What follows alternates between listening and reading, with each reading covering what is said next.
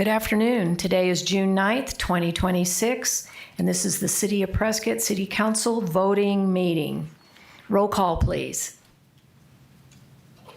Mayor Rusing. Here. Mayor Pro Tem Fruworth. Here. Councilwoman Frederickson. Here. Councilman Gehring. Here. Councilman Grady. Here. And Councilman Ruby. Here.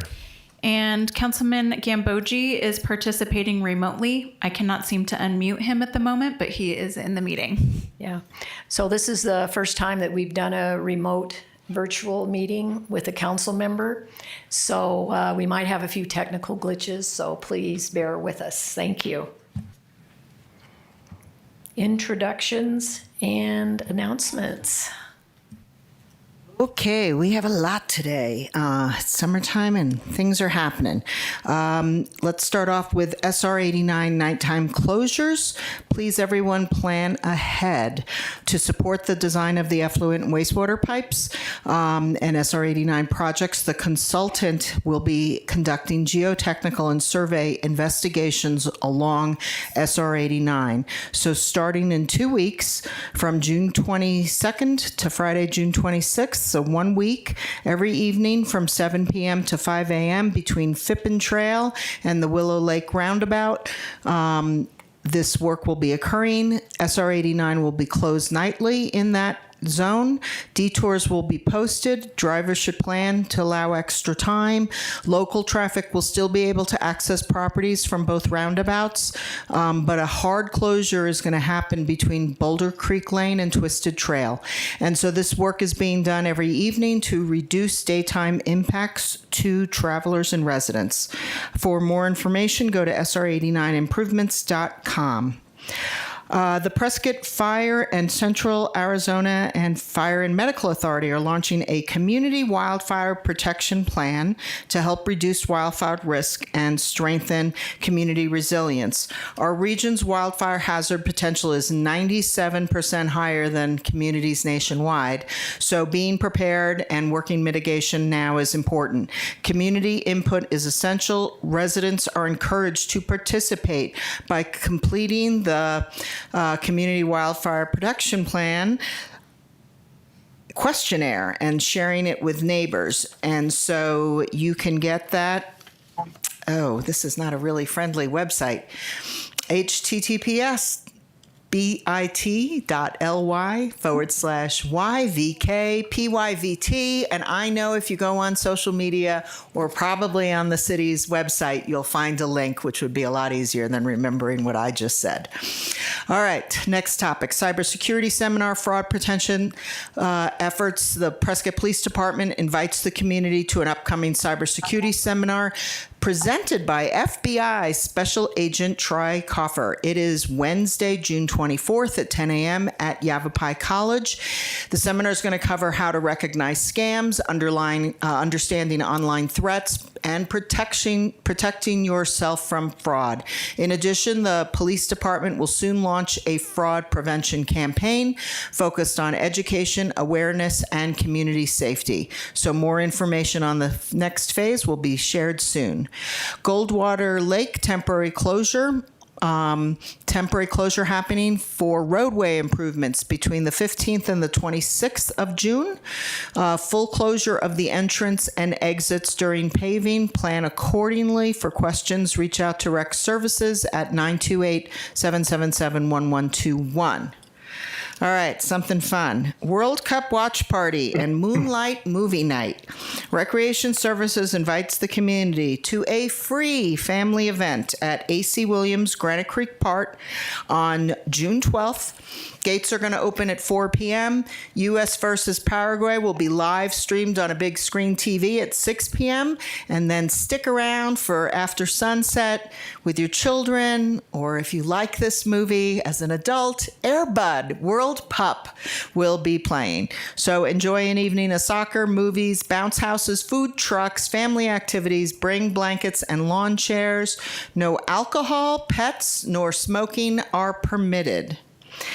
And then finally, we have the summer reading program by the Prescott Public Library is beginning, and it's a theme for the summer called Unearth a Story, and residents can participate in one of three ways. There are paper reading logs available at all the library desks. You can online track your progress through Beanstack at the Beanstack mobile app as well.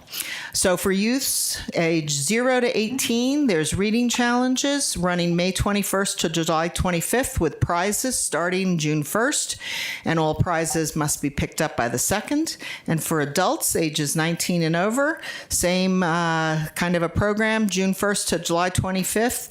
You will read a lot. Participants complete a treasury diary, earn prizes and entries. You can go to the desks at the libraries and ask them about the program. And grand prize winners announced by July 31st, so prizes by the 31st. For more information, go to prescottlibrary.info. Thank you so much. Have a great beginning of the summer. And I'd just like to add that, remind you that Sunday, June 14th is our Flag Day. So if you're not already flying the flag, get that flag out there in front of your house, and let's enjoy Flag Day and honor our flag. Thank you. All right, and our next item is an invocation from Pastor Kendra Hobson with St. Luke's Ebony Christian Church, and then Councilman Gehring will lead us in the Pledge of Allegiance. Father God, we thank you for this opportunity to come before you and give you honor and glory. Father, we ask that your will be done today. Bless each and every individual that is here, from our highest law in the land, Father, down to the peacemaker in each and every household represented. Father, we thank you. In Jesus' name we pray. Amen. Face flag and pledge. I pledge allegiance to the flag of the United States of America and to the republic for which it stands, one nation, under God, indivisible, with liberty and justice for all.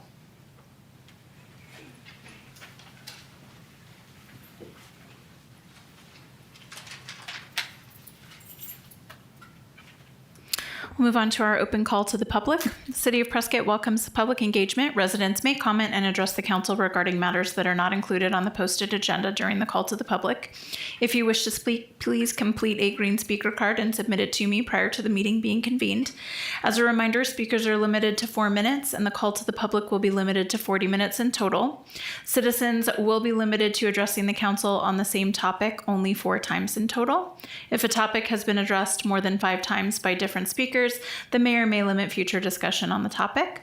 Topics of a primarily national concern may be limited at the discretion of the mayor, and the call to the public shall not be used to address the council on current or pending litigation matters by a party or their representative.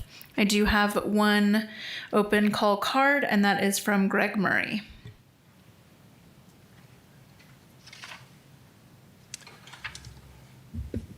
Good afternoon. Thanks for providing this opportunity, as always. Last July, I sent a letter to the mayors, city managers, and city or town council members of Prescott, Prescott Valley, and Chino Valley. I also included the town and city managers and all of the county supervisors. That letter, which also included detailed maps, described the potential to connect the new regional park with grassland habitat to the north, extending all the way into Chino Valley. It also showed how the new regional park would become an isolated habitat island unless the 2 parcels that separate Granite Dells Estates from the Jasper development, both of which are in the city of Prescott, both of those parcels anyway, could be left undeveloped. I noted the well-established scientific principle that isolated populations, especially those of large species like pronghorn, are almost always doomed to local extinction because they're unable to move freely in search of food and water and unable to maintain their genetic diversity. In early January, I sent another detailed letter to the same group, noting that the preliminary plat for Development on those two parcels had already received approval and invited all of the recipients to meet with one another and with members of the Central Arizona Wildlife Alliance to discuss the need for regional planning for wildlife connectivity. Several of those meetings took place in February, and I thank those of you who were able to participate. A few weeks later, we learned that the final plat for Phase 6 of Granite Dells Estates had been approved for those parcels, a plan that will forever preclude, or a plan for development at least, that will forever preclude the ability for pronghorn and other wildlife species on Glassford Hill to connect with populations to the north. In late April, I explored the area where that potential wildlife corridor intersects Highway 89 and found that there's already a double 12-foot high concrete culvert crossing underneath Highway 89 on state trust land. And thus much of the land and infrastructure necessary to conserve wildlife in that area for the new regional park and preserve, especially pronghorns, is already available if we're willing to cooperate to make it happen. My letter of last January noted that I have found over 40 articles from the Prescott Courier over the last 26 years about the plight of our local pronghorn herds, and that preceding the demise of each of those herds, wildlife experts and decision makers noted that they knew that those herds were going to be lost, but that unfortunately no one had considered the needs of wildlife early enough in the planning process. How many Prescott residents even know that there was once such a thing as the Willow Lake herd of pronghorn that vanished completely as a result of the very same process? We now find ourselves on the cusp of yet another such loss.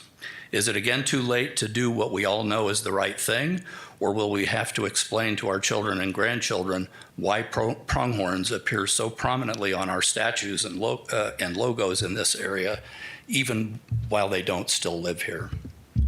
Prescott Valley's Wildlife Corridor Plan and Y-Plan's regional conservation planning efforts are a really good start, but have we already lost the opportunity to protect the wildlife on a major park and preserve that was initially proposed to do just that?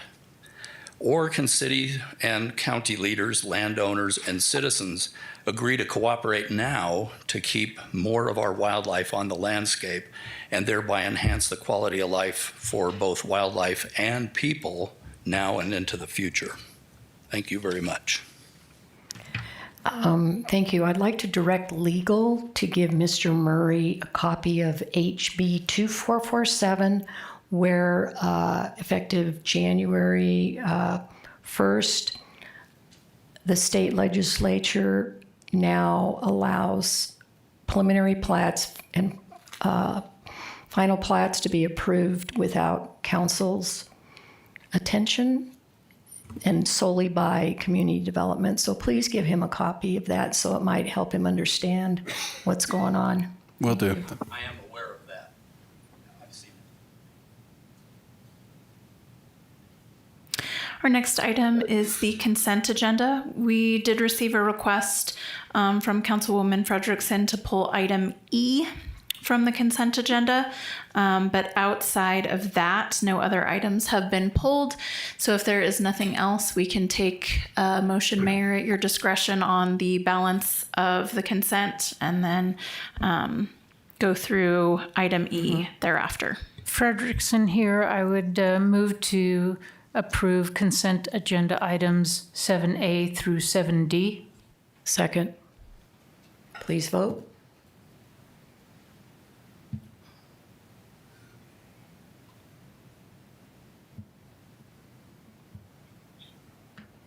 Mayor, a brief comment on the voting meeting minutes of May 26th, Okay. page 5, third of the way down, the sentence starts out, City Manager Joseph Young stated, and that was either City Manager Dallin Kimball or City Attorney Joseph Young. We can make that correction. We will do that. Okay. Thank you, Mr. Gary. Councilman Gambogi, can you please verbally let me know what your vote is on consent agenda items 7A through 7D? Yes. Thank you. That passes 7-0. Okay, Mary, take it away. Thank you. And I had asked to pull consent agenda item 7E as the agenda memo left me confused, and I had input since then from Public Works who cleared it up for me, but I just thought it would be better, just in case anybody in the public was similarly confused, to have some clarification on the record. And specifically, it was in regard to the requested by the staff increase in the existing contract of one of 3 vendors, but there was no mention of any change to a contract from the one vendor that has been acquired by that first one where the contract was being bumped up. So I see Public Works Director Gwen is here to make sure it's clear on the record. Thank you, Gwen. No worries. Thank you, Councilmember Frederickson. So in our utilities divisions, we solicit for suppliers of parts that we need, and we have a contract in place with 3 different suppliers: Core and Main, Dana Kempner, and Ferguson. This year, Dana Kempner was absorbed into Core and Main, and as a result, we don't have enough monies on the contract itself to pay the bills for the parts that we're ordering. We have the money in our budget, we just had it on a different contract. So what we're asking you to do here is move the monies from the Dana Kempner contract, which no longer exists, to Core and Main so that we can purchase the parts and materials that we need. We have had an unusual number of mainline breaks this year, and so our expenses are higher than the Core and Main original contract, so that's what we're asking you to do. Thank you. And I guess then that, just to clarify, so the contract that was originally set up for Dana Kempner has dissolved, has gone away? They don't exist, so it's no longer a valid contract. And so this does not increase the amount of the 3 contracts that were out there, No, now ma'am. just 2 contracts, but the amount is the same globally. That's correct. Thank you. You're welcome. Mayor, Yes, Jim. Gwen, did we get a quote from Ferguson? Yes, when we solicited for the bid, we received 3 from Ferguson, Core and Main, and Dana Kempner, and we awarded a contract to each one of those vendors to supply. Some supply parts that others do not, and so we ultimately enter into multiple contracts for parts every year. All right, thank you. Yes. And if there's nothing further, I would move to approve consent agenda item 7E. Second.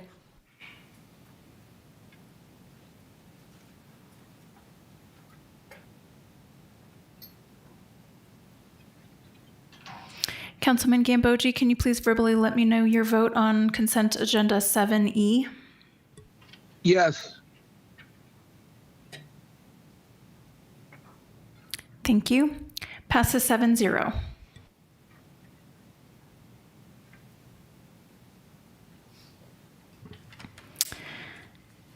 Adoption of ordinance number 2026-1949, an ordinance of the mayor and council of the city of Prescott, Yavapai County, Arizona, authorizing the granting of an underground utility easement to Arizona Public Service Company, APS, for new utility service on city property, authorizing the mayor and staff to execute any and all documents to effectuate said underground utility easement.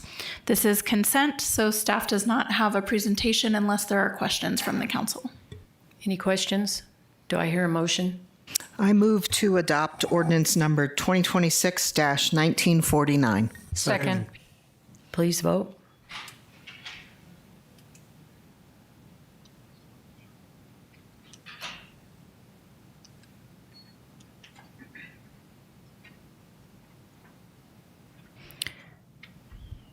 Thank you, Mayor. Councilman Gambogi, your vote on consent agenda 9A, or 8A rather, I'm sorry. Yes. Yes. Thank you. That passes 7-0.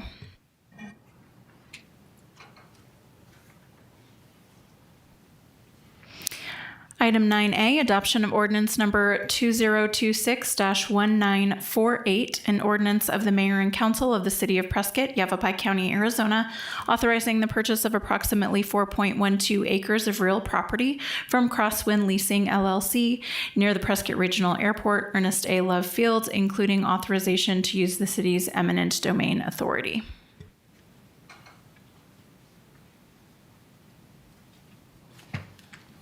And I will address this. I'm just waiting for the PowerPoint to pop up.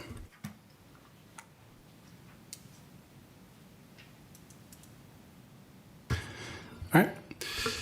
So today, council, you'll be asked to approve an ordinance to purchase a piece of property by the airport and to possibly use the city's eminent domain powers to do so. I will cover just briefly the city's the steps in use of eminent domain, and then you will hear from the airport and I believe Brian Sparks regarding the specific parcel of property that we're looking at. So when you approve an ordinance for eminent domain action, you have to approve two things. Primarily that this property is needed for a public purpose. And so that's what you'll hear specifically, the public purpose, and that the price of the appraised property is generally what you're willing to pay.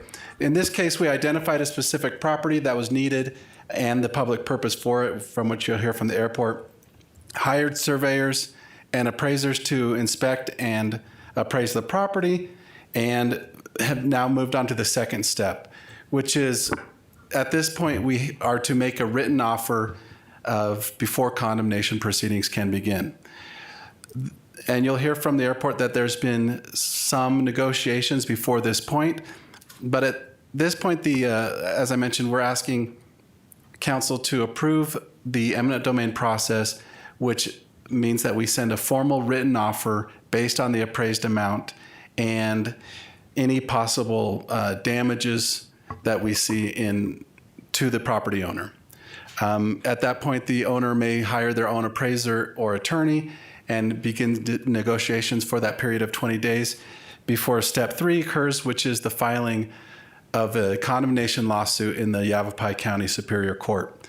So the complaint would then identify the property and the public purpose, and the court would make a threshold determination of whether there is indeed a public use or a public purpose, and then usually that would proceed on to evaluation of the property value and a determination there. So that's the general process for an eminent domain proceeding, and as it relates to this specific property, I'll turn it over to Rick from the airport. Thank you, Joe, and good afternoon, Mayor Pro Tem, members of City Council. This exhibit shows the layout that we're talking about, but just a little bit of a primer, if you would. In 2025, we started to develop this vision that's on the screen, and really what it does is it develops about we're working on the final planning, but somewhere between 12 and 20 acres of public use ramp. And the core reason for that is to have flex space for the fire center. So as many of you know, during fire season, we have a large wildland fire. We'll have a multitude of helicopters and fixed wing aircraft that respond to stage in close proximity to that wildland fire.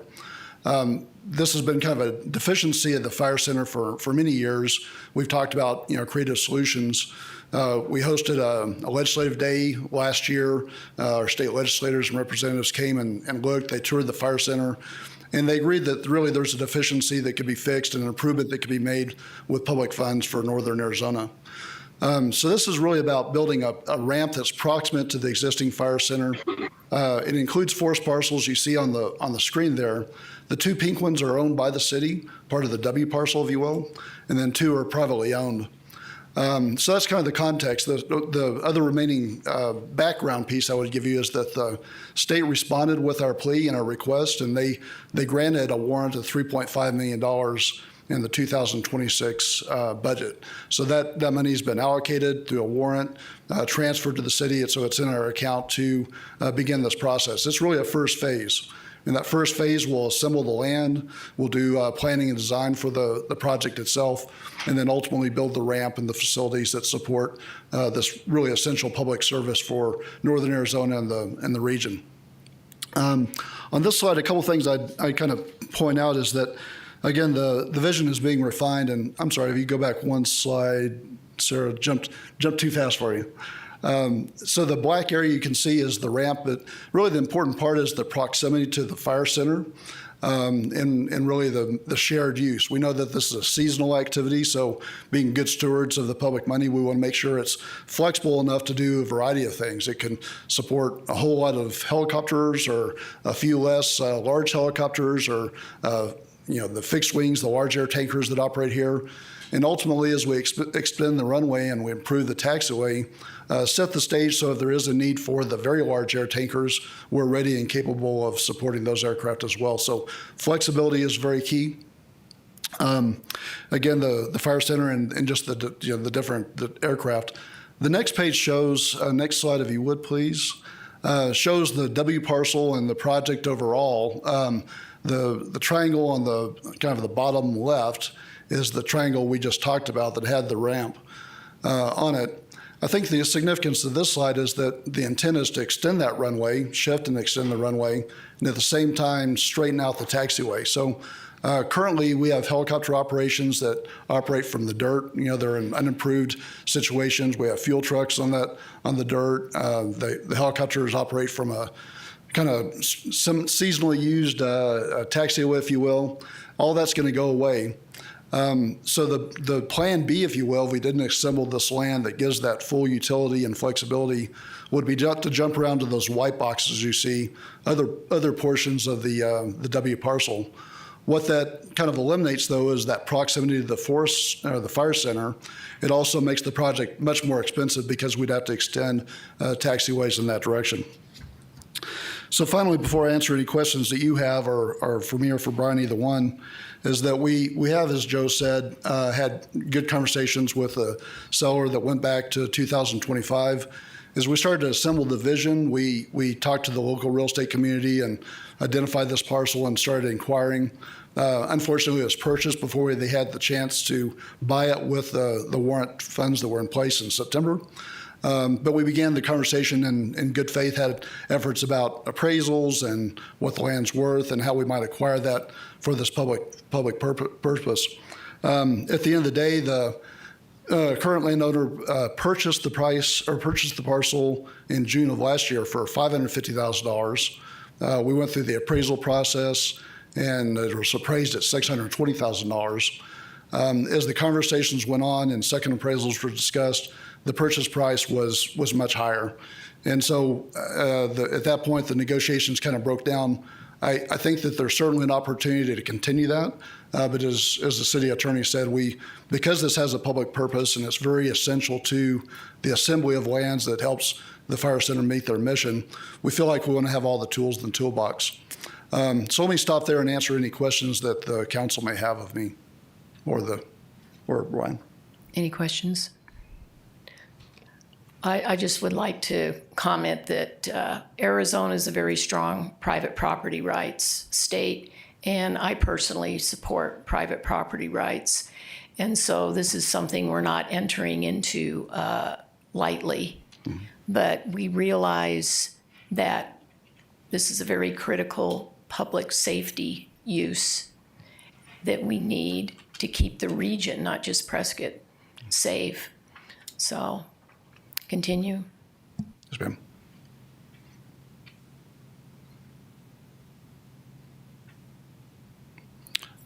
That concludes my presentation. I'm sorry.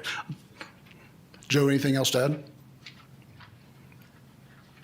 No, I don't know if you have any questions about some of the negotiation beforehand. That's what I think Brian is here if you want to address that. But you've heard from Rick the public purpose and what we're looking at. You have before you the ordinance that kind of lays out that process as well, along with the public purpose. So that's the determination, whether to give the go-ahead. Because our charter requires that any real estate purchase is done by ordinance, it's a little bit more cumbersome than just normally before there's litigation, we need council consent or council vote on it. But in this case, we need the ordinance, which is a little bit more formalized due to how our charter is worded. So that's what we're here for. And Mr. Gehring, do you have a comment? Well, no, not really, unless we have any public comments coming. Do we have any public comments coming? I do have one comment card, but I was waiting for the council to make their determination on how they wanted to proceed. Yeah, I think let's hear from the public. Mayor, I'm sorry. Oh, Mary. Before we yes. get, let me just ask, as far as the public interest aspect of what we are seeking, the parcel we are seeking to acquire within the city, is there, I suspect I know the answer, but I want you to put it on the record. Is there any other reasonable route we could take to accomplish what we want to do or what we feel we need to do to support fire suppression efforts other than that parcel? Yes, ma'am, that's what I was saying. Those white boxes you see on the screen represent other city-owned parcels. So they're a little bit further to the northeast. And I don't have it, maybe I do have a pointer. Let's see here. Nope, I think that turns the TV on. The box of the left, bottom left part, if you will. Thank you, Joe. Just a little more to the right. Steady hand. There we go. Yeah, back to the left, you'll see the fire center itself. Let me tell you what. I was hoping you'd come get it. What, the telepathy wasn't working? Is that the problem? We had a mind meld going. And also, we need to hear from Mr. Gambogi, too, if he has any comments. Let's see here. He hasn't put his hand up yet, but I'll let you know if he does. Can you hear me? Well, this shows that. Yes, we can. Councilman Gambogi, did you have a question? No, I'm good. Thanks. So if I can get, there we go. So this is the fire center here. And the subject parcel, that triangle, is right here in the purple. And as I said, these white boxes represent other parcels owned by the city. So to answer your question, the backup plan would be to jump around there. What that erodes, though, is the proximity to the fire center. So they all obviously work very closely together. So even during emergency flex operations, when we have extra helicopters, we'll put them in the dirt areas and the taxiways where we can find proximate to the fire center, because they use the restrooms there and they have sunshades there and they have trucks and all the things that they need to do their job. So I think to answer your question, to jump to those white boxes erodes that proximity, right? Because then you've got quite a distance, about, I don't know, I would guess quarter to half a mile between the fire center and the new apron. It also adds complexity and cost to the project, because then you're connecting up. You'd have to extend the existing taxiway to the northeast, understanding that as the runway is extended, it's going to change alignment. So it would add quite a bit of cost, quite frankly. So in fairness, to answer your question fully, there is another alternative. It is a much less desirable alternative. And I think at the end of the day, it erodes, the spirit of what we received the grant money for. So in theory, there are other routes to take. Yes, ma'am. But in practical effect, the parcel we are seeking serves our purpose and with the least harm financially or by operation. The best stewardship of public funds and right Thank you. operational proximity. Does Ted have any comments? Ted? I think we've covered this conversation before. So I think it's pretty cut and dry. Okay. Pretty cut and dried. Would you like to take public comment now? Let's take public comment. Okay. Thank you. John and Kathy Stonesafer?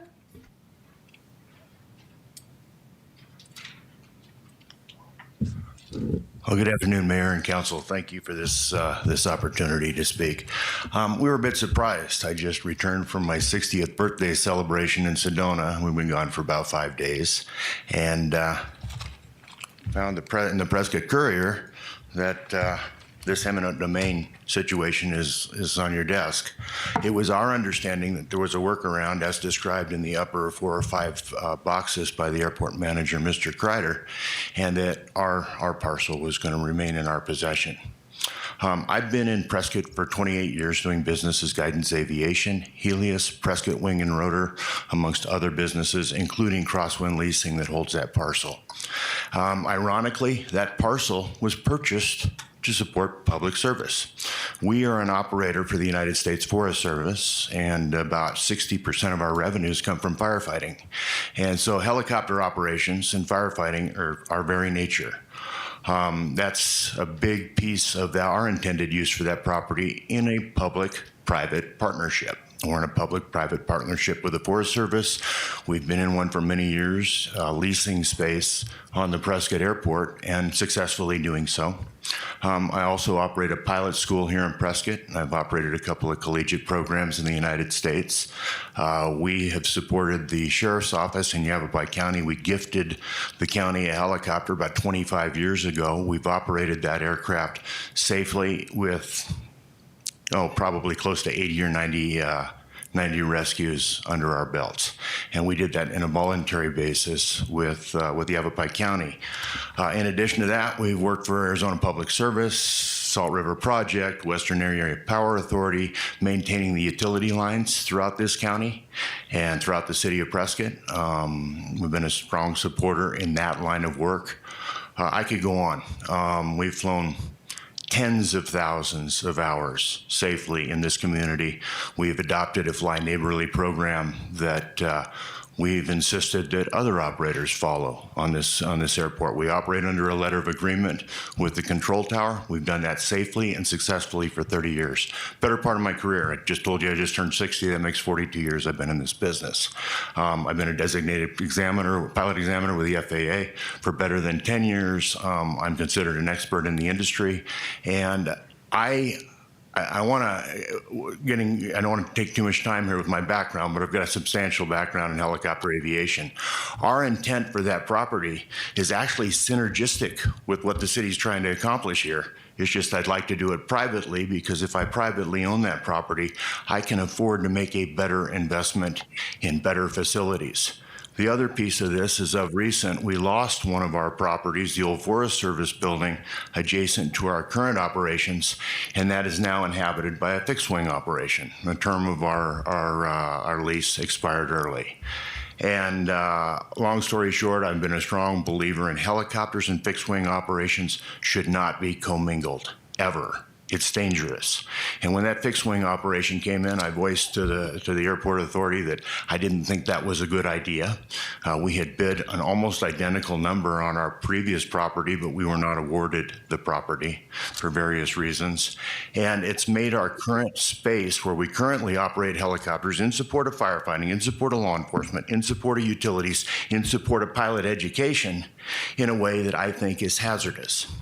So long story short is I decided to take it upon myself and find some available property. We don't intend to cross over to the airport. We don't intend to use the runways. We're a helicopter and set up a heliport on that 4.2 acres. It's very doable. It's very safe. I've already talked to the FAA director from the Scottsdale FSDO. Our consultant has spoken with them. It should be something with the support of the city that could be accomplished. Now, I've been told by Mr. Kreider he would not support that, and he would actually block that attempt. So I don't know. I want to work with the city. I've been a good tenant. We've been here for going on 30 years. We love this community. We've raised our kids here, and I want to continue to do what we do best, which is protect our community. So without it, we have leases running short. I don't see much option for renewals of our current leases. We'll be pulling out of the community, and that's the very service that you're trying to inspire. So that's my 2 cents. My wife might have something to add if we've got any time left. No, I think you covered it. But Okay. Thank you. Thank you all very much. Thank you. That's all, Mayor.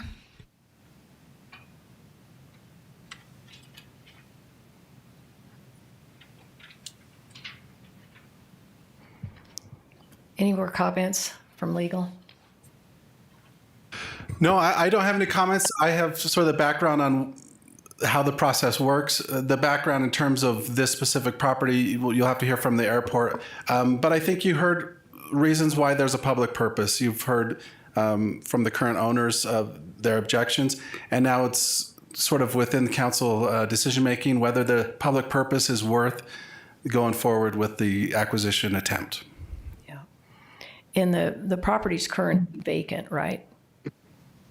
My understanding is it's a vacant piece of property, and my understanding also is that it was listed for sale. Correct. both regards. And I would echo that the Stonecyphers are valued tenants. They lease one building from us. They also have a ground lease on another hangar, plus a ground lease on property referred to as a six-pack. So they've been there many years, as Mr. Stonecypher said, valued customer.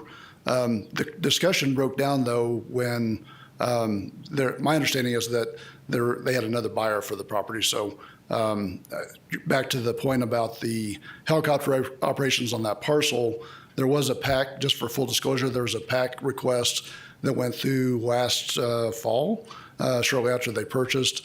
And our reason for objecting was that the FAA prohibits and strongly discourages through the fence operation. And while they didn't need the taxiway and the runway infrastructure, it certainly impacted the airspace. So our objection was based not because of the great work they do every day, but because it was, at the end of the day, a through the fence operation. Yeah, we have to remember that the airport is under the authority of the FAA, and we have to follow all their rules and regulations if they're going to continue with their grants to us to keep the airport viable. So the Stonecyphers said they were going to do a similar thing, but just privately. The PAC request was to build hangars on that private property. And of course, that required a special use permit. Our objection was that at the end of the day was basically a through the fence operation because it competed for the airspace. You saw the proximity of the parcel; it's very close to the airfield. So they're outside the fence. Correct. And then they would have to somehow acquire acquisition to the runway. They didn't require access to the runway, but a through the fence operation basically utilizes public airport infrastructure on private property. So as And the FAA does not encourage that at all. They're pretty much against it, and we would probably be in violation. Yes, ma'am. And we've lose our currently, grants. well, it certainly doesn't set us up in the good favor of the FAA. We've, because of that directive, we've removed all the through the fence operations that we have. So we had a small one with the Yavapai College. They willingly gave that up. So currently we have no through the fence agreements, and I think that's the gold standard for the FAA that we'd like to continue on with. Okay, any more comments? Mr. Gehring, do you have anything? Oh, I do. Okay. No, I can make a motion, Mayor. Okay. I move adoption of ordinance number. Lois, did you have to say something? Yeah, I did. I just wanted to go back to Joe. From the vote for today, what is the process moving forward again? If council approves the ordinance today, then we will immediately, within the next few days, send the 20-day notice and intent to offer. So it's an offer to purchase the property at a specific price. So that starts the process. From the time we send the 20-day notice, then in 3 weeks, so to speak, if we haven't reached an agreement, then we can, and it'll depend on how the negotiations are going, but we can file with the Yavapai County Superior Court for eminent domain action. So because this property is critical to the vision with where the firefighting operations are, in this period of negotiation on price, would the airport be open to other options the Stonecyphers might raise in order to keep their business operating in Prescott? Absolutely. Absolutely. Okay. Thank you. And I think by other options, if I might, just for directions purposes, you're referring to potential extension of leases and so forth that currently exist. Or other property, I don't know. And I think that other property or extension of leases would be part of that discussion, but it would ultimately come back to council for approval.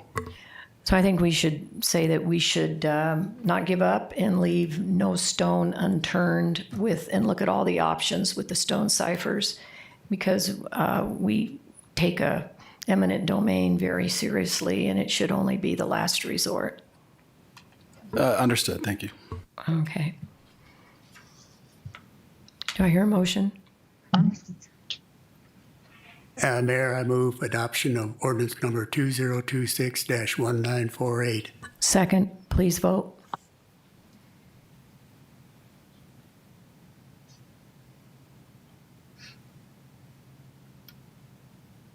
Councilman Gambogi? I vote yes. Thank you. That passes 7-0.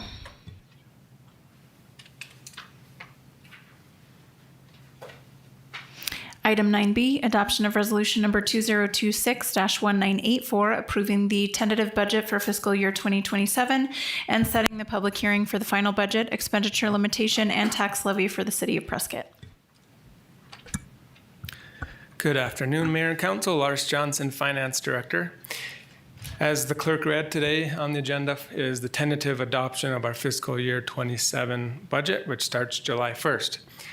This action by council does three things. It sets the maximum expenditure for the next year, which, by the way, can be reduced or reallocated from here, but it can't be increased. So this would be like the expenditure cap for the next year.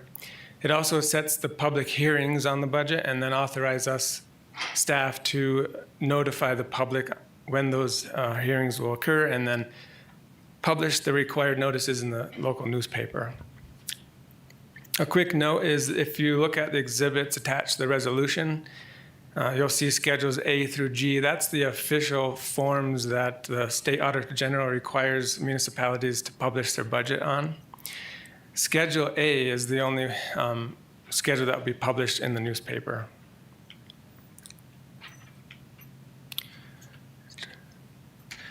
So this slide next is the process summary to date. As you recall, we had 3 budget workshops and then 1 follow-up budget discussion. Just wanted to thank council for that in-depth review and feedback and direction that we received through all of those meetings. Next, I have just a very high-level summary of what the budget looks like and the changes that were made throughout the council's input process. First to note is that the fiscal year proposed budget is balanced and it's aligned with council's strategic plan. The direction given on the solid waste rates will fix the one fund that we're having a deficit problem with, so that will bring that one into balance, pending further decisions by council. We will be continuing the voter-approved Prop 478 projects. In the budget also is the 4 new police officers, a new emergency manager that were all in that plan.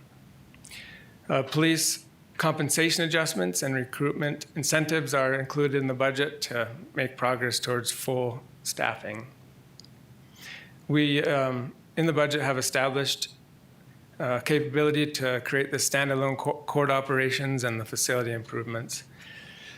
There's a few other things here. Extending the life of the Sundog wastewater treatment plant increased our operations some, and we have other critical asset maintenance in there as well.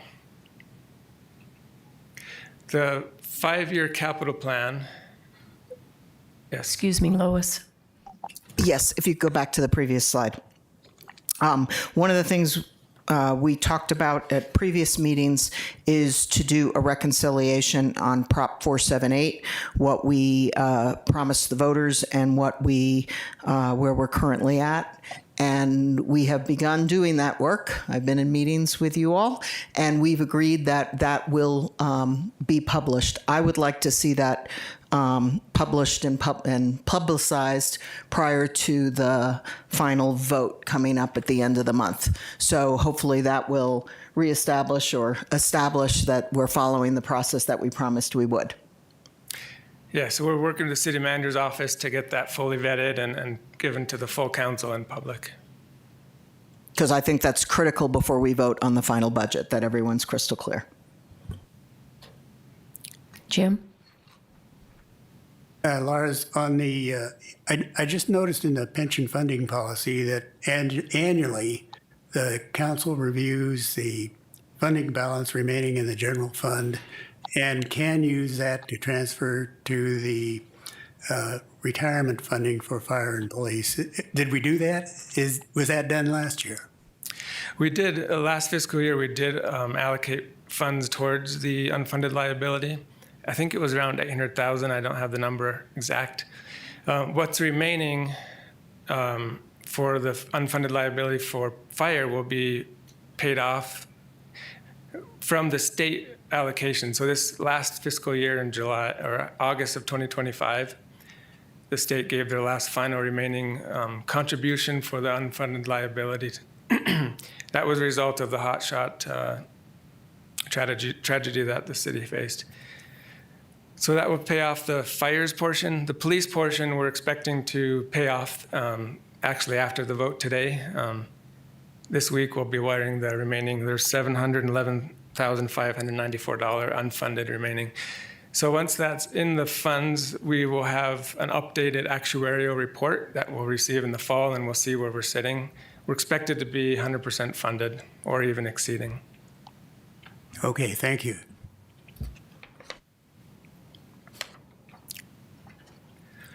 The 5-year capital plan is, we went through in pretty much detail in the workshop. 145 million is landing in fiscal year 27 for our capital projects. Some large projects to note is the construction and innovation of the fire and police facilities in Prop 478, the airport safety and runway enhancements, and then expansion rehabilitation of our wastewater and water systems. We also have in the plan investments in parks, trails, and library facilities that enhance community amenities. So now Lois? Yeah, one other thing I think is important is also we're making some good investments in streets and roads with a lot of preservation work going on. So I think that's important to the public and how they think about their 1% sales tax going to the streets fund. Thank you. So just to reconcile from the proposed budget that was presented on the first budget workshop, April 27th, and where we're landing today for the tentative, I have on the screen the operating capital and then the total budgets. There were changes based on council's direction to the court proposal. We reduced the budget totally of $645,056 between operating and capital. And then there was a vote or a direction given regarding the operations study for community development. 3 positions were added for the next fiscal year. That totaled $210,648. So the revised tentative budget is $311,498,498. Also to note, the court had proposals on revenue generation and not shown, of course, because it's not expenditure, but we noted on the screen that about $500,000 of additional revenue that would offset the court budget. What that looks like in the total FTE count, 626.5 total FTE. So between the changes, it's actual neutral change between the two. So on the court side, we reduced 3 FTEs towards the security officers at the court, and then we added the community development positions. So that remains at 626.5. Now rolling up to the total we saw on the screen earlier for fiscal 27, this shows you how that compares to last year, FY26 adopted budget. The operating budget will be increasing by 7%, and capital budget of going down slightly of 1.7 decrease. Overall, it's a 2.6% increase. Again, the action today for the tentative adoption by council sets the max expenditure limit for next year at the bottom line. So the $311,496,498. From here, potential changes could happen, reallocated, reduced, but this is the maximum. My last slide I have for you is just what are the next steps. As mentioned, this action will give direction to do the required publishing. At the next official voting meeting of council on the 23rd of June, we'll have the public hearings. We will have the alternative expenditure limitation and property tax levy hearings. And then you'll adopt the final budget, the personnel roster, and the approved expenditure list. And then as required after the hearing on the property tax, we have a minimum waiting period of 2 weeks before we can adopt the property tax levy, so that would be later in July, on July 14th. And that's all I had for you today, and then I'm here for any questions you have. Yeah, let me start off with the property tax levy. We voted to increase the property tax, and I saw the public notices on Facebook. And I would just like to ask you to not do the per 100,000 value of a home, because there's no homes worth 100,000. So could you please have city staff change that to 600,000 and change the number so that it's a lot more clearer, so people will know that their taxes are going up, but it's only going to be like $10 a year or something a little more easily understood. Mayor, I can answer that. And unfortunately, the statute spells out specifically the exact wording that we have to use, and it uses 100,000. So in the budget workshops, I gave an example of a $500,000 residence, trying to make that more realistic. But it is in an increment of 100, so it's pretty easy to do a multiplier. And unfortunately, we can't change that currently. Is there any way we could just kind of add on a little comment at the bottom? For example, a $500,000 home would pay an extra, I think it was what, $7? I'll work with city attorney on that to see. Yeah, I think that would be helpful if because there was a lot of people that were upset about it. I mean, they see property tax increase, but it was, they just didn't take the time to do the math. And, I think we should have a practical example saying that this is, $7 a year more, and that this money will help us out, like for funding the library. And I will say the language in this has to be is statutory, and we can't change it. Now, can we have additional language? We'll check on that and see if we can have additional clarifying language elsewhere in the ballot. I'm not sure we can, but we'll check that. I almost feel this is more of like a PR issue, public relations, and maybe this is something that the city can create to just have a graph for those who are math challenged, like with a $100,000 home value, this is how much it would cost, 200, 300, 400, 500. If that shouldn't be in the legal, probably we can have that come out through city. Yeah.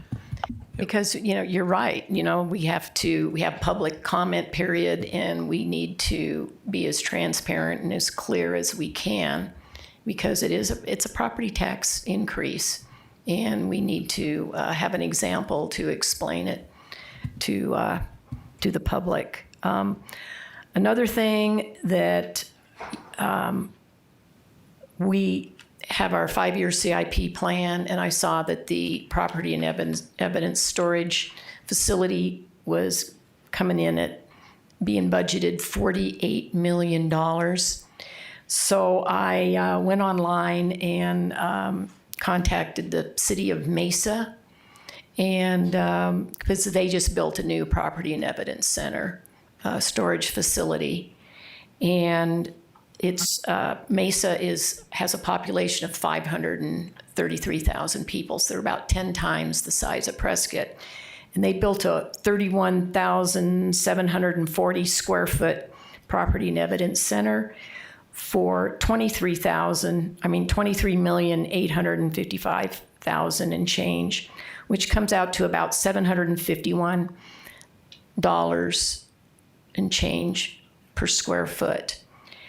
And that includes the design, the fixtures, the furnishings. And if you look at us with our $48 million budget, and I think we were going to do a 22,000 square foot building for property and storage, it came out to $2,000 and 182 square foot. And I approved that $200,000 purchase of the property across the street from the Justice Center, but nobody told me it was going to be $8 million in dirt moving and retaining walls, and I find that unacceptable use of our tax dollars. We have level property out by the airport, by the wastewater treatment plant, plenty of room, easy build, plenty of room for the impound lots, the parking, a single-story warehouse. And so unless we fix this, I am not going to vote to approve this budget. I just find that unacceptable that we were even thinking of spending $8 million in site prep on a $200,000 lot. Any other comments? Mr. Gehring? Thank you, Mayor. Lars, my recollection is that expenditures of roughly $311 million is greater than the revenue for the year, and we're fixing that shortfall with fund balances. Can you summarize where those fund balances came from? Certainly. And you're right, to balance the budget, and on Schedule A of the forms the State Auditor General requires us to fill out, shows how it's balanced, but they're essentially, we balance the budget utilizing one-time funds for one-time uses. So capital projects, it's very common that we will utilize previous year's revenue, so basically accumulated savings to pay for those. It basically spans most of the funds. The general fund, approximately 20 million is planned in the budget to be used. A lot of that does come from the Prop 478 funds that are accumulating.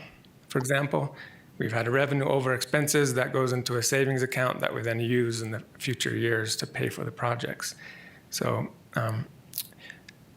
that's an example. 20 million in general fund. Streets fund is 13.3 million. Our enterprise fund's about $4 million of fund balance. Does that help? Would you like some additional clarification? Well, that does help, Lars, and then that results in the question for what happens in fiscal year 28. Are we going to have, we're probably going to have an expenditure of 311 million plus a couple percent. And what happens if we're short next year? We'll still have fund balances to pay that. Yeah, that's a good point. And to look at our current fund balance by fund, it's better to look at where we're at over a longer period of time for fiscal sustainability. And council saw in the chapter 2, we went through a 5-year plan for streets fund, water, wastewater, solid waste. So we do look at it in a longer period of time to make sure that, especially for this capital improvement plan, that it's fundable. You'll recall we're issuing quite a bit of debt to pay for capital projects that then brings a source of revenue, but then requires us to pay it back through operations. So we do look at it as a longer period of time. And it's what's presented to you is doable. It's fundable. All right, thank you for that. Yeah. And, this is my 7th year on council, and I just want to thank you. This has probably been the most in-depth dissection of the budget that we've had. And I just want to thank you because it did shed a lot of transparency on it. And we were allowed to have some input on the expenditures, because in the past, it was just presented to us and we said, oh, sounds good, So I want to thank you for all you and your staff and the rest of the city staff's hard work in putting this budget together. Lois? Thank you, Mayor. I have 3 things. First, in this upcoming steps between June 9th and June 23rd, I'd like to ensure that you're adding the Public Safety Tax Initiative reconciliation as a step that's there. I also support the mayor on her comments related to the police new facility, and that had been an issue that we've been questioning from the beginning. So now seeing what Mesa has done, I think there's a way of seeing what we could do to make this more taxpayer friendly. And then finally, I had a question as I was going through the legalese documents that you had in here. Back on page on Schedule C. page 5 of Schedule C with the budget. It's the first time I got in touch with some of the money and where it's coming from. And what I was surprised to see is the county intergovernmental revenue has been going up, but we're budgeting it to go down in 27. Is that us just being cautious, or is that us with some intelligence that something's going to happen from county information? Because all the other ones were going up largely. So just to clarify, that's Schedule C. Schedule C, page 5 of Page 5, Schedule okay. C, or 161 in the package. Under intergovernmental, there's county revenue there. So this would be the best projection that we have from the shared projects that we have. For example, the flood control district contributes to that. I'll have to maybe give you a breakout on that. Yeah, I just exactly. want to understand if we're being cautious or we really have some intelligence that we've talked about our concerns about the library fund and other things. And so I was kind of worried with what's going on here. So thank you. Yeah. Lars, I have a question. One thing that came out with the CIP plan was the expense to the taxpayers to run water, sewer, roads, and easements, paying for easements that are in our development agreements that we negotiated, and to the tune of like $100 million. And how are we going to pay for that? How do we? I mean, obviously, we're going to have to go into debt, but what's the plan to pay for that? Yeah, I think we will need to compare notes on the 100 million. What we've done is we're working on a full spreadsheet on all the development agreements. But from the information I received from Public Works is we have $55 million in the 5-year plan towards development agreements, and roughly 53 million of that is funded through impact fees. So the projects that are in impact fees are then paid for over time as the developments occur and building permits are issued. The fees then help pay for the projects. But as you mentioned, we have to get the infrastructure in place. So a lot of those are being done through debt issuances. We issue debt for the project, and then over time that's paid down. The debt service is paid down with impact fees. So like bonds, Right. general obligation bonds, Not general obligation. That would be property tax based. So Okay. just revenue bonds. revenue bonds. Okay. And do you think this will affect our bond rating? Potentially. We have a very strong bond rating right now with AA. That's about as good as you can get for a city our size. We'll get, as we issue debt, we'll get new bond ratings because the debt will then get a new rating. But really what helps us keep a solid bond rating is what's called a coverage ratio, and that's what our revenue, the revenue that comes in each year, how that covers our debt. So there's a ratio involved. As we do our rate studies, that's really examined to make sure that our rates are at a level that we can have a healthy debt coverage ratio. If that remains healthy, we'll have a solid bond rating as well. Okay. Ready, thank you. Lois? Yeah, one other thing I just thought about as the mayor was asking questions about our communications relating to the property tax. I think we talked about it a lot when we were in here that day, talking about why we were doing this. But I do think as part of that communication that we want to put together and help the public understand, we've been under attack from the state legislature on lots of funding and our tax revenues that all the cities have enjoyed. And they've been, as we know, we saw the hurt when they did away with the rental tax. And the one that they've been at now 2 years in a row So they haven't been successful, but I don't think they're going to be letting up, is eliminating food tax. And, you know, I'm not making a political comment about food tax. People feel differently about these things. But the reality is when they do it, it happens immediately.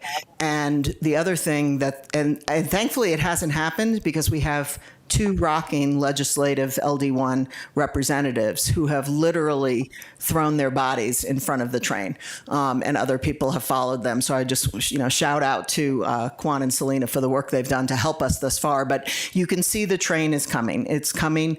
And so one of the things why we're doing the property tax levy is the state legislature has tied our hands as well, that we can only raise property taxes by 2% per year. 2% of hardly nothing means hardly anything incremental. And if they were to do away with property tax, I think you calculated it was going to take us 43 years of 2%, or 42 or 43 years of 2% increases to make that up in our budget.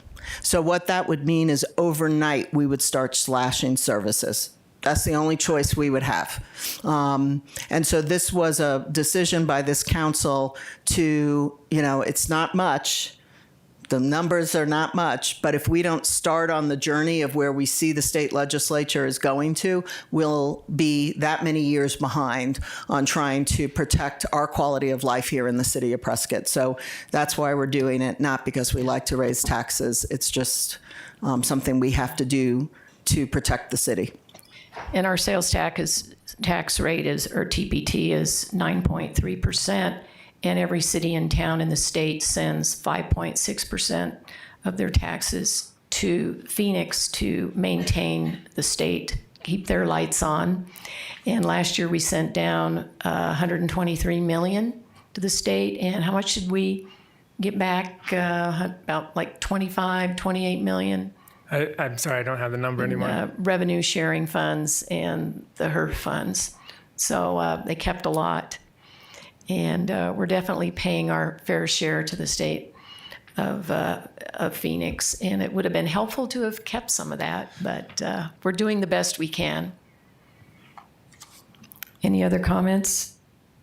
Ted, do you have any comments out there? I know it's probably about midnight where you are. It's 1:14 in the morning, and my comment would be, let's move on. Okay. I thought I heard some snoring over there. Thank you, Ted. Okay. If there's any more comments, do I hear a motion? Can I jump in real quick on the police facility? Thank you. Just to make sure the council is clear.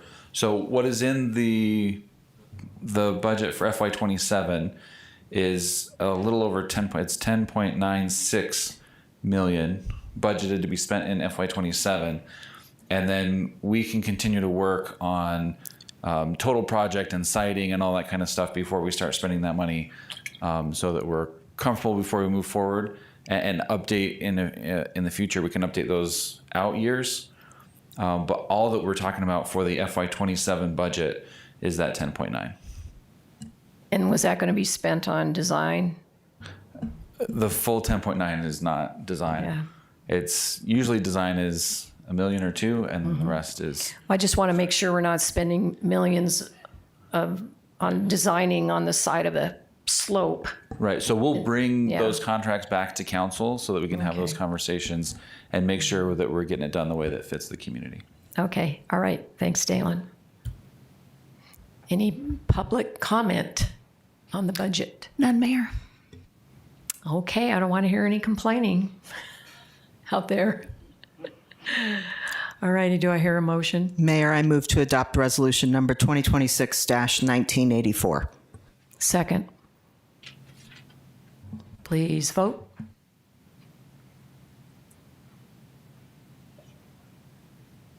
Councilman Gambogi? Yes. Thank you. Passes 7-0.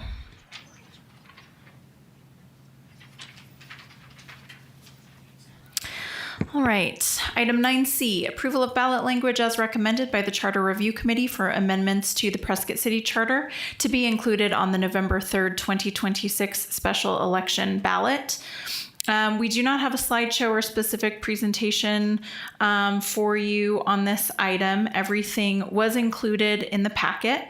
At a previous meeting, the council approved 2 ballot measures related to charter amendments, the first of which relates to primary calculations, and the second of which removed the word magistrate from the city charter since we have a city judge.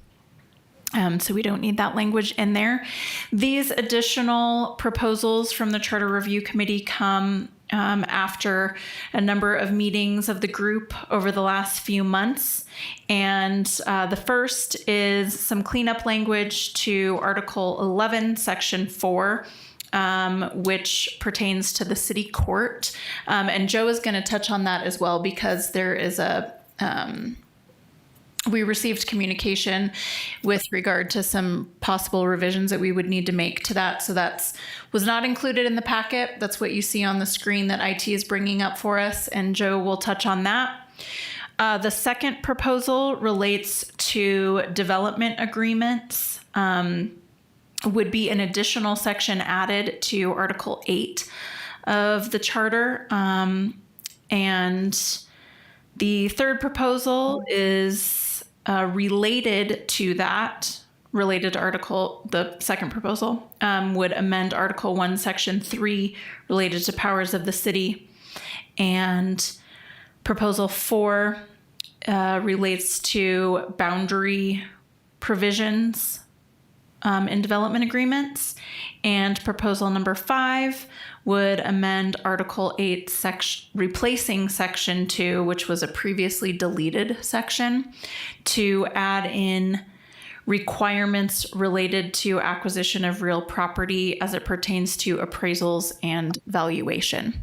So like I said, all of the language was included in the agenda packet for your review. And the only additional item is a possible revision that Joe's going to cover. Yeah, I'm just going to address that real quickly. This relates to the section dealing with the city judge. Now, under the Arizona Constitution, it's similar to the federal Constitution. The judiciary is to be independent of the legislative branch. And so what that means is the language that, and this was an attempt by the committee, I'll say, to bring the city judge's charter provision in line with the other appointed positions. But in doing so, brought over the language that says that the judge serves at the pleasure of council, which is language that's not really true for judges. It impinges on the independence of the judiciary. So we would propose removing the language at the pleasure of council to as a direct report to council. The other part of it that was problematic was the 1-year term, which case law from the 80s made pretty clear that 2 years as a minimum is required to maintain that independent judiciary. The removal for cause, though, has been upheld in case law as long as the cause is not a political cause, but true cause. In this case, cause is defined as criminal behavior or a violation of the Arizona Code of Judicial Conduct. So I think we're good on the cause question, but I do think that if the council adopts this, and this will go to the voters, that you should adopt the amended language, which would remove at the pleasure of council and would change the 1-year time frame to a 2-year time frame.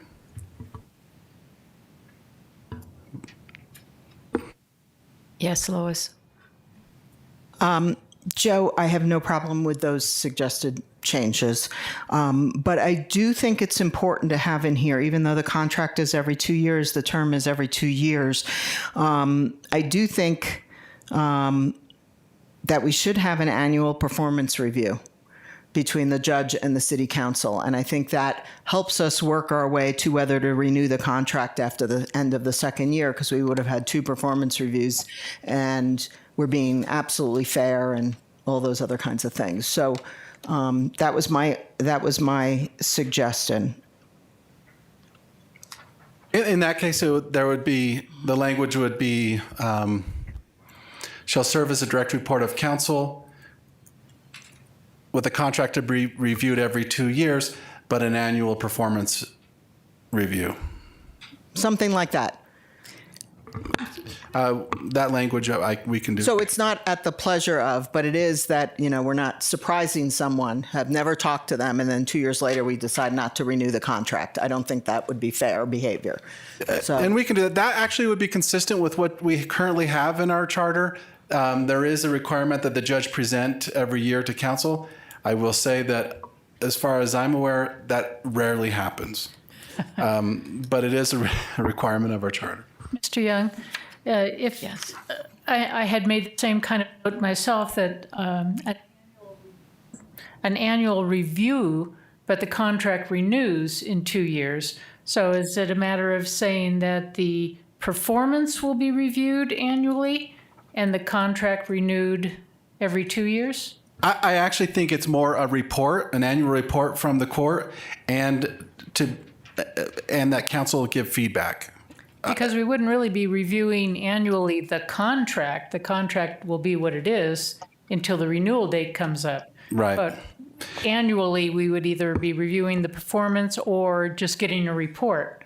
I think report and feedback is the way that has to be worded, because if it's worded as a evaluation, then we get into the potential interference of the independence of the judiciary. But expecting a report from the judge, I think, is fair. Giving feedback so there's no surprises at the end of the 2 years is also fair. I think that's how it would have to be worded to meet those requirements.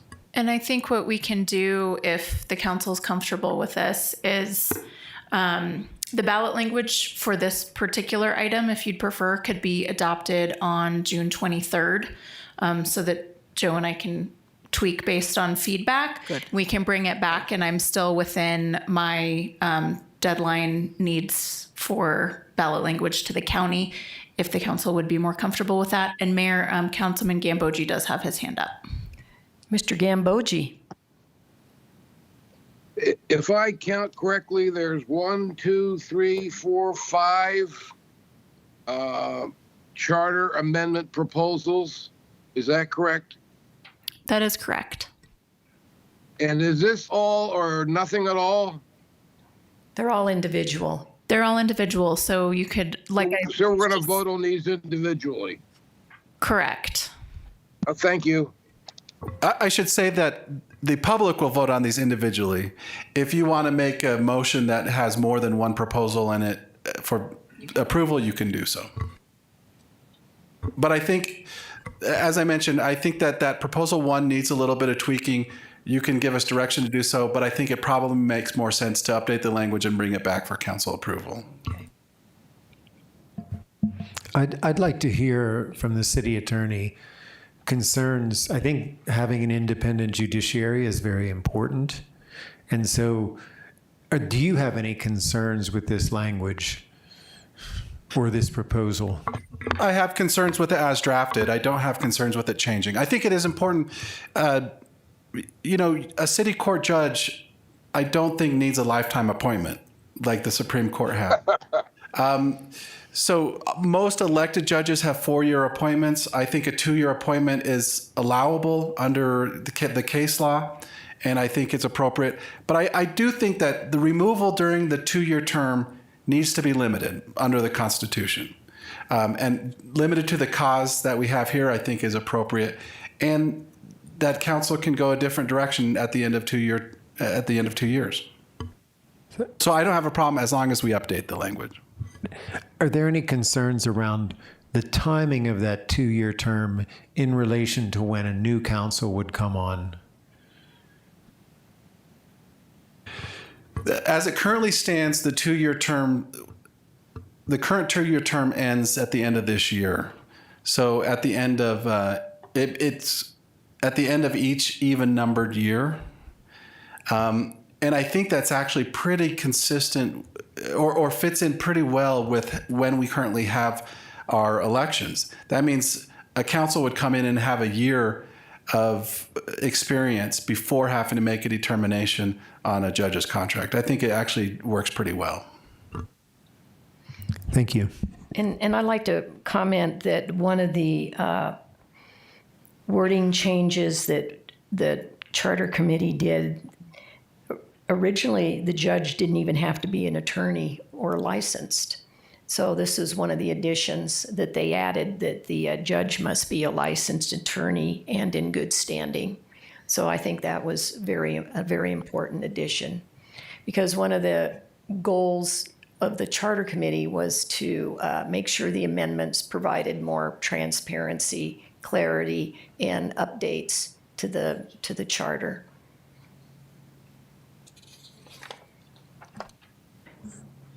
Mayor, if I can just make Excuse a me. point. Yeah, Mary. The last point that Jay made as far as the timing of the renewal for the contract for the judge versus new election for council people, I'd only support leaving it the way that it is, because it kind of removes some of the political element away from a judge's contract being renewed at the same time people are voting for new council. So in addition to the point that Joe, you made as far as new council member having a year's exposure to the judge before they are being asked to make comment about renewing his contract or not.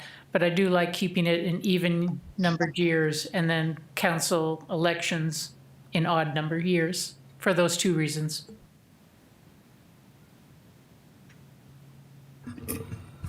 Yeah, I think the timing makes sense. I don't know if they did it because of those reasons, but I think those two reasons are pretty strong reasons to do so. Lois? Joe, I have a question. The judge may be removed by city council only for cause after notice and the opportunity to be heard. Because I've never managed a city judge before, what would be cause? And I ask this because we did a lot of negotiations the last few weeks on the budget and bringing in some new streams of revenue and making those kind of commitments. And so I want to understand, like, what could be cause if none of that came to life? Yeah, and so I'm going to answer a question you didn't ask first, and then I'll answer the cause question. All right. The judge may only be removed for cause during the term of the contract, during the 2-year term. At the conclusion of the contract can be removed for any reason. Now, during the contract can only be removed for cause. What is cause? It's the last sentence. Criminal conduct or a violation of the Arizona Code of Judicial Conduct. That's the entirety of cause. Okay. So the contract, if he wasn't following through on the revenue and other things like that, and it was hurting the city, that would be something we'd address at the 2-year mark. Yes. Okay. And that was another thing that was updated. Originally, it was, basically you couldn't remove a judge. That it was, you'd have to do something pretty heinous to get removed. Yeah, and previously our judge, the city court judge, was the elected JP for the area.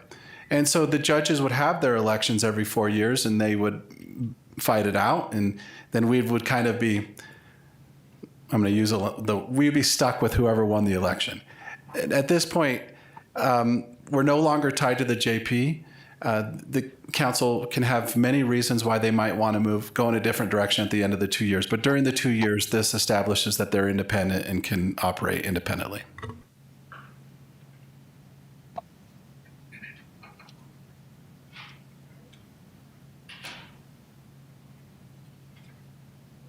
Okay, next item. But next section there. And that proposal 1 was the only one where I think needed some discussion and needed our clarification that I don't think it's ready and we need to bring it back to you. Proposals 2, 3, and 4 are essentially development agreement related and establish certain requirements that the committee and the mayor in discussions with the committee felt were important in relation to DAs. I'll go through it quickly, but ultimately we're available for discussion if council has any questions. The first in proposal 2 is adding some sort of guidepost onto development agreements, primarily prohibiting adjoining and adjacent property clauses and requiring that all development agreements have a specific term and duration. I think this was important for many reasons. I think the mayor brought it up as being important. But what this does is when a development agreement is approved, council hears what it applies to, the public hears what it applies to, and it will apply only to those things. A lot of development agreements have adjoining and adjacent property clauses, which allows sort of in the discretion of the developer to bring in additional property over time into the development agreement. Whether the property owner or the developer subsequently acquires new property or has developed everything within the development agreement and now wants to develop more area. And I don't think that was consistent with what the public wants. If the public sees a development agreement, they expect that is what it should apply to. So the proposal 2 is just to require new development agreements, new areas, go through the same process that any development agreement would. Yeah, it kind of left the door open with the adjacent and adjoining land clause so that he could bring in new property under the same old terms, previous terms. And also it makes it harder for us to manage our water growth and development. We're working on our long-term water management plan, and we're trying to figure out how we accommodate this concept of adjoining and adjacent lands. Right. And some contracts Difficult. Right. Some development agreements will allow for adjoining adjacent clauses, but have specific water caps on the total. And so in that case, we can plan, but others don't. And so additional property would mean additional water obligations. So sort of cutting that off and both prohibiting adjoining adjacent property clauses and the requirement that there be a term and a duration, I think allows us to plan better in the long term. And also I might add, the state legislature has become enamored with preemptive legislation where they are trying to take over more and more local control.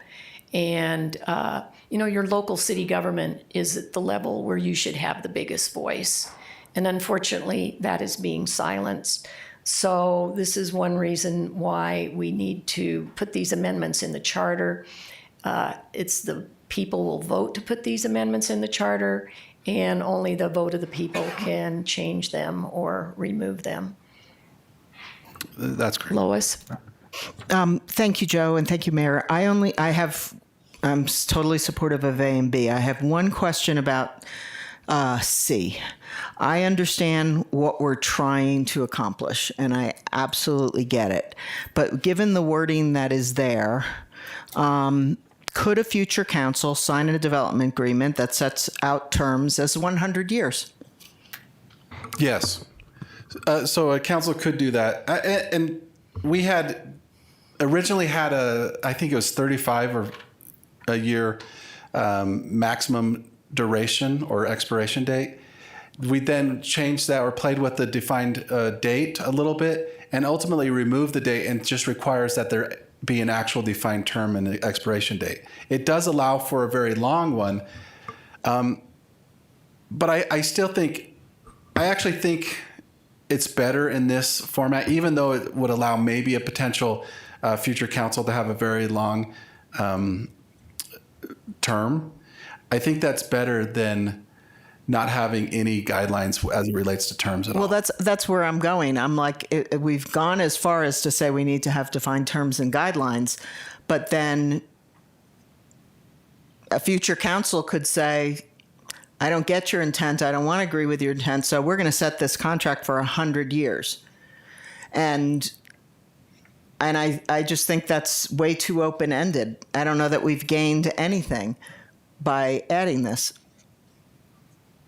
And ultimately, at this point, this is yours. This is kind of the recommendation from the committee. And I'll be honest, I preferred it as it currently is drafted with requiring a defined term, but not having a specific cap on what that term is. Because, and I'll give you an example, the recent development agreement that we entered into as a council was relating to the workforce housing up by Culver's.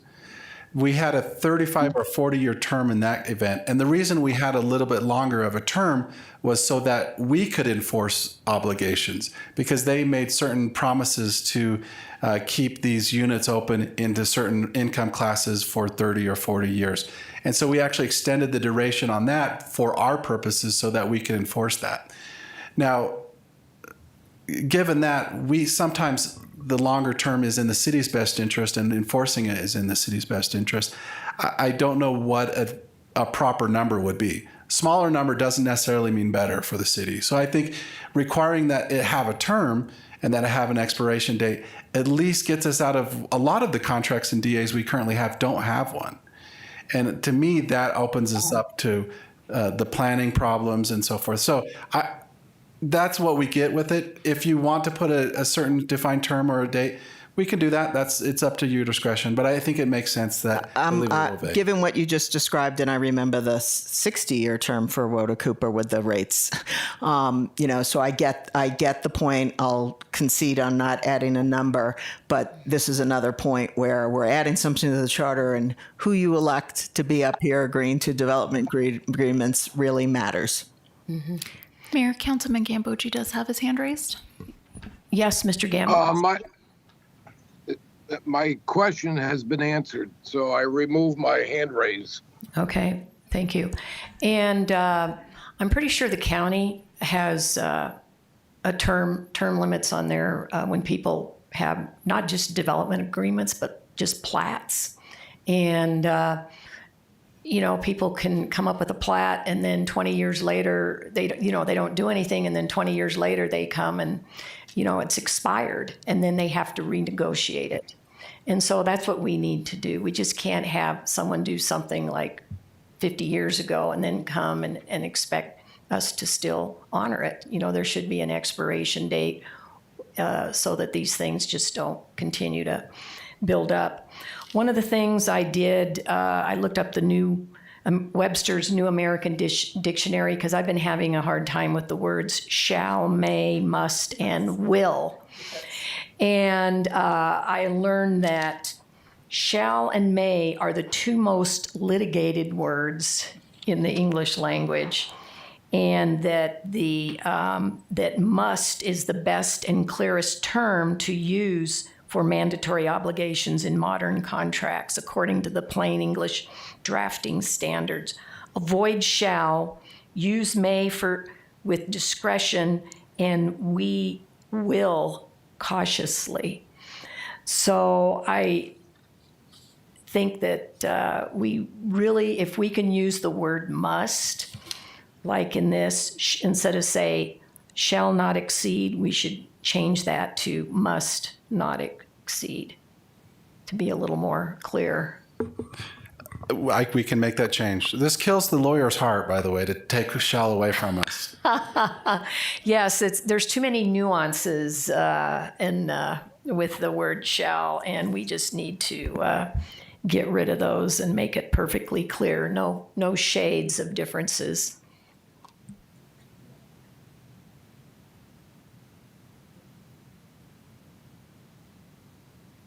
Okay, next item. Proposal 3 increases, as the charter currently stands, the city has the power to require new development pay for itself, but doesn't have an obligation to require it. That's the shall part. Yes, but the shall doesn't say that the city shall require. It says the city shall have the power to require. Yeah, shall have the power. And with me, just person off the street, it looked like, we should be doing that. And for some reason we used to, and then something changed and we stopped doing it. And we've been running up a big bill thanks to this. Yes. So what this does is remove a few of the obligations for new developments that state statute doesn't allow us to necessarily require bike paths and other types of things. So it removes some of those, but it does include roads and all the utilities that we can require a new development do, and then requires us to do that. That's the new paragraph, which is the second paragraph, requires that the city mandate that any new large residential development that comes into the city through annexation must or will or shall bring in roads, utilities, and all of that infrastructure, and it not have the city incur that obligation. Yeah, I'd like to, in that second paragraph, must be planned, designed, constructed. I like the word must. But going back to the first sentence, it's right out of the charter. The city shall have the power to require, which was confusing and was never enforced. I say that we should strike that, strike the city shall have the power to require, and then start with all persons, firms, or corporations must be responsible for new physical development to provide for, furnish, or pay a fee in lieu of, to make it perfectly clear. How would you define new physical development? A development? Just in the way that you phrased it, a person having new physical development, like what could that mean? And could we get into any legal conundrums with that? Well, that's what was in the charter, and we're keeping that. So I think it's just any development, physical development. Do we mean physical, commercial, and residential development?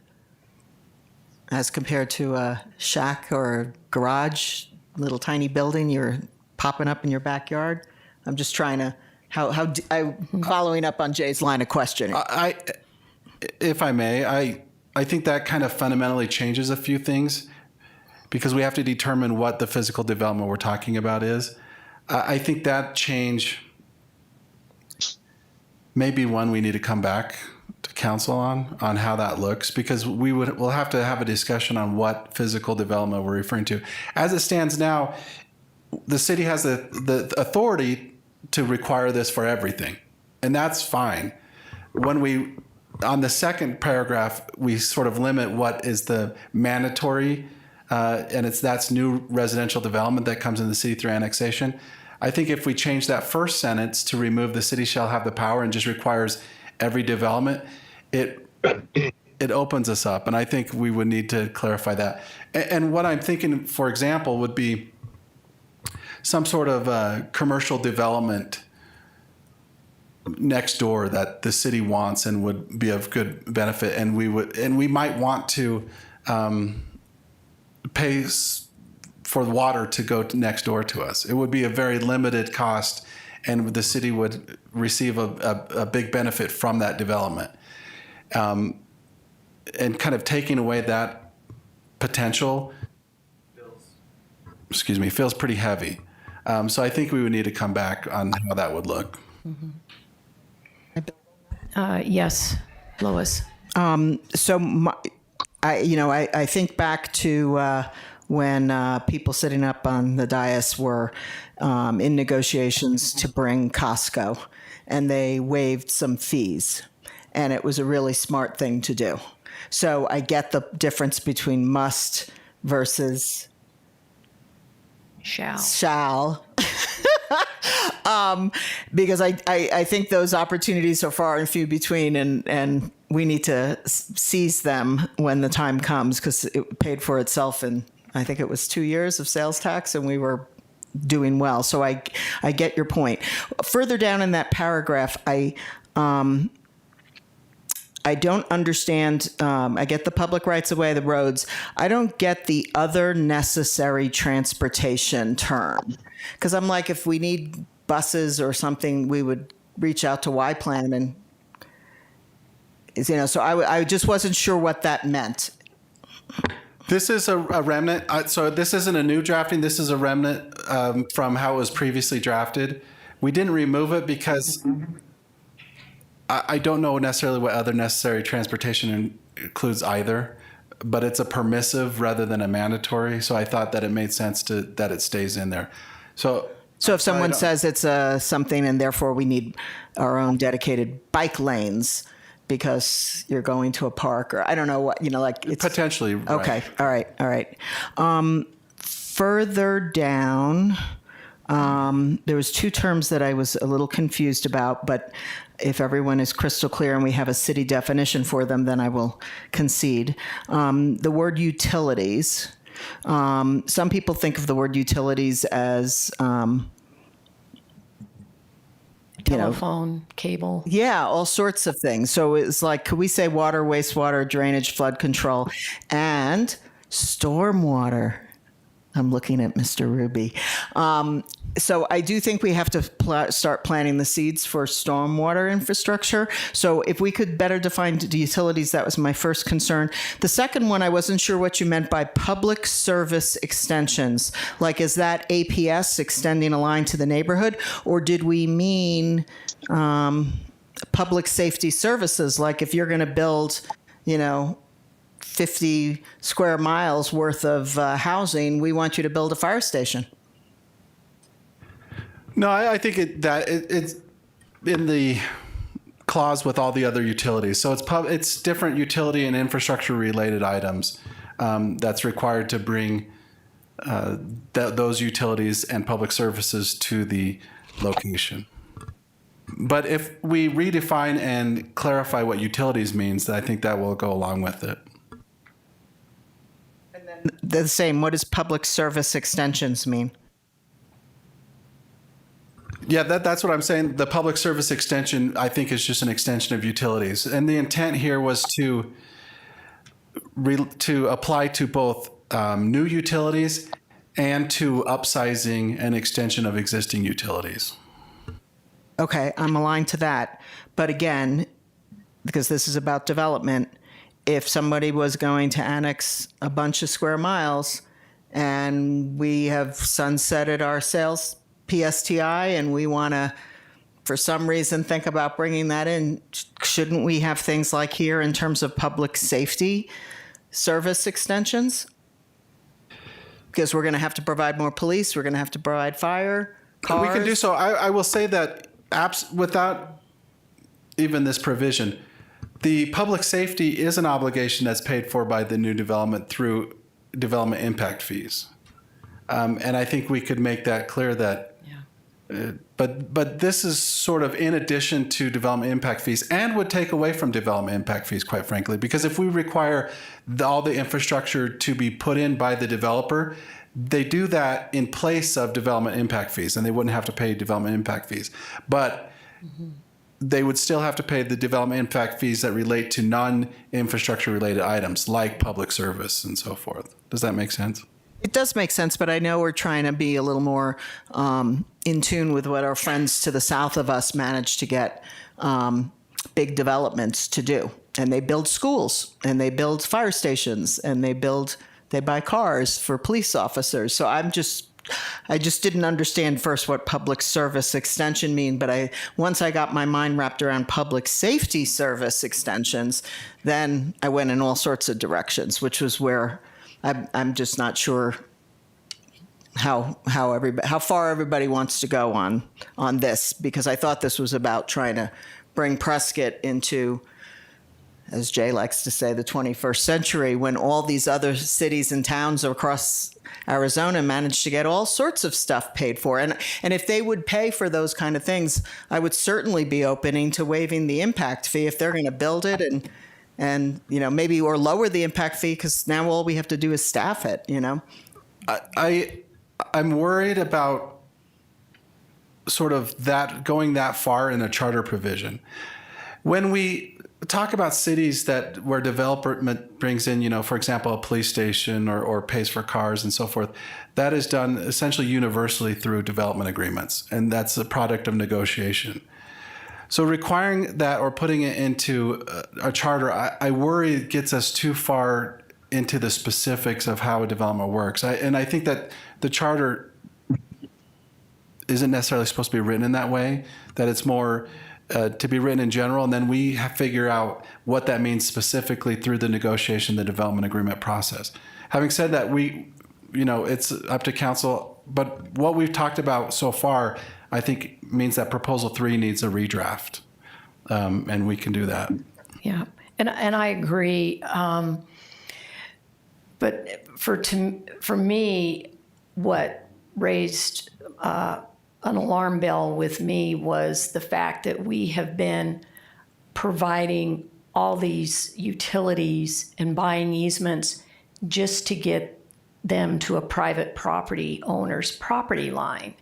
And in real life, the owner of the property, negotiates with the seller to bring that property, those utilities in, or they go out and get them themselves. But lately, we have been providing wet utilities and buying easements across state land for the developers. And then if we don't do it quick enough for them and can't, we're dealing with state land, a third party, and we can't do it, then they use it as leverage against us to embroil us in lawsuits to the tune of like, I don't know, 150 million, I think is the latest one, and then leverage that into getting even more concessions from us.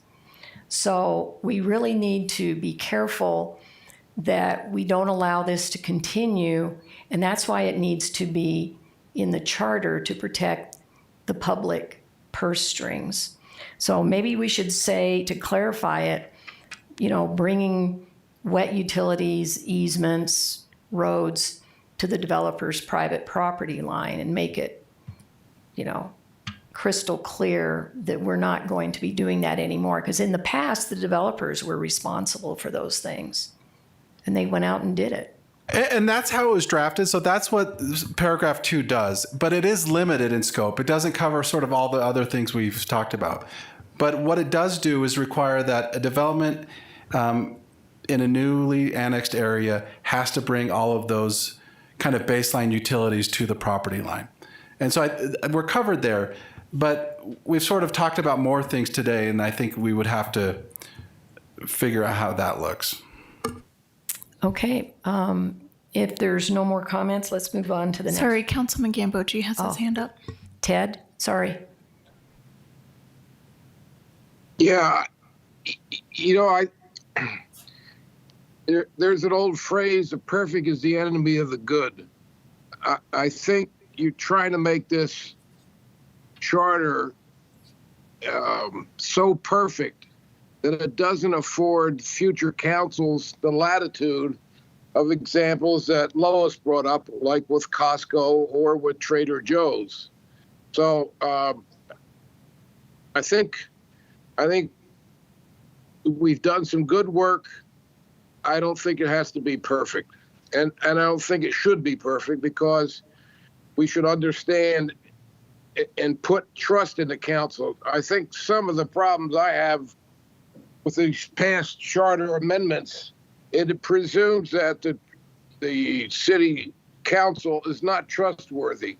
And I don't think you can run a city with that presumption. Thank you, Ted.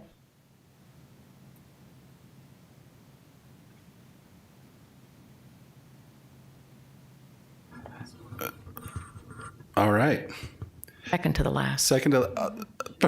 Proposal 4 just adds a requirement that annexations, large-scale annexations, must have at least 25% open space, and tries to define what that open space means. Now, there's an understanding or belief that large annexations need this property or open space requirement now, and actually it doesn't, not under our charter. Under planned area developments, this PAD zoning, there is a requirement to have open space to this way, but this adds it to our charter and establishes a requirement that these large residential developments include open space and that it be meaningful. So meaningful was in the last 2 strategic plan sessions, we heard meaningful, that open space should be meaningful. I, for one, didn't know what that meant, but this is an attempt to define what meaningful means so that it be contiguous, usable, and preserve wildlife corridors and native habitat to the extent possible. So that's proposal 4. Yeah, and I like the way under paragraph 3, rather than consisting of isolated or fragmented parcels, like if you go out to Prescott Lakes, they have those medians in the middle of the road that are lushly landscaped. Those are counted as open space.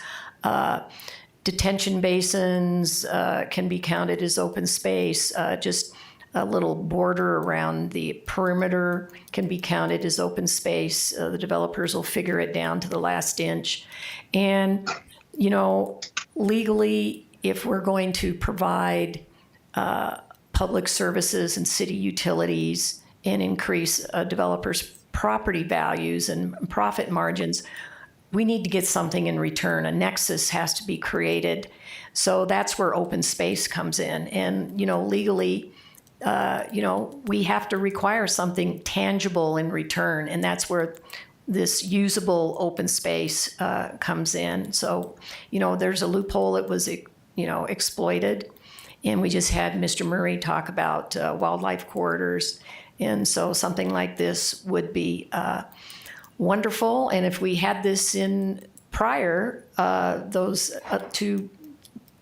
plat, the Granite Dells Estates, Jaspers and Prescott Valley, but, you know, we could have had a wildlife corridor through there, and we would have been able to negotiate that, but thanks to House Bill 2447, it doesn't even come before planning and zoning. There's no public input, and it doesn't come to elected officials, and so as a result, it was just rubber stamped and away they went. And, you know, and I really think the community development could have had, even though it doesn't come to us, can't they require some concessions and some conditions and say, hey, you need to put something in here, like a wildlife corridor or, public open space?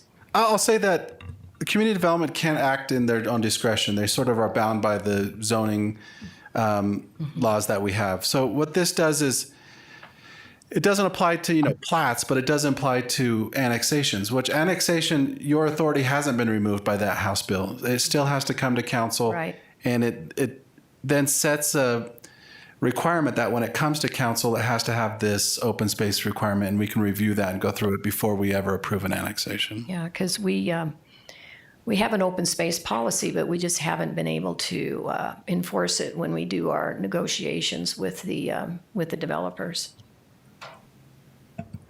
I think this one is written quite clearly, and I think it's important for us to remember each of these are going to go to the voters, and so it's important that the language is clear, because when it's confusing to voters, it doesn't have as good a chance of passing. And then proposal 5, just briefly. Sorry, I think Mayor Pro Tem had something, and then Councilman Gambogi has his hand up as well. Okay. Lois? I was concerned that since I've learned so much in the last year about being clear and unambiguous, that meaningful and functional is in the eye of the beholder. And I was worried with HB 2447 that might not be clear and unambiguous for the folks in ComDev who would be handling that. But because this is annexation, which I missed that in the title, I've never been through an annexation, so I have a question about the process. When there is an annexation, will we be getting the level of detail to be able to see the wildlife cars, or are they just saying we want to have, we're going to do X thousands of homes on X amount of acres? Do we get to this level that we the council, are the decision maker of what is meaningful and functional? In a large-scale pre-annexation development agreement, it's pretty comprehensive what the council gets. And this provision adds the requirement that it also be comprehensive as it relates to open space. And so you'll get that information. Now, the good thing about annexation and tying these requirements to annexation is council has full discretion whether to annex. When you get a plat, you do not have full discretion. You're sort of bound by certain requirements, and now you don't get plats anymore. But as an example, depending on the type of projects, you have certain guidelines and handcuffs, you might think. But when it comes to annexation, you have full discretion. So adding that requirement as it relates to annexation, I think makes a lot of sense. You are empowered to get the amount of detail that you feel is necessary. And that's why it's important that the city council gets a copy of all the drafts and participates and goes through these agreements line by line, word by word, because there's so many loopholes built into them. And that's why having good legal counsel is so important with these deals. Councilman Gambogi? I go back to what I mentioned earlier. The perfect is the enemy of the good. We're trying to design wording into the charter that removes the responsibility of future councils to make rational evaluations. And I think we're going a little too far.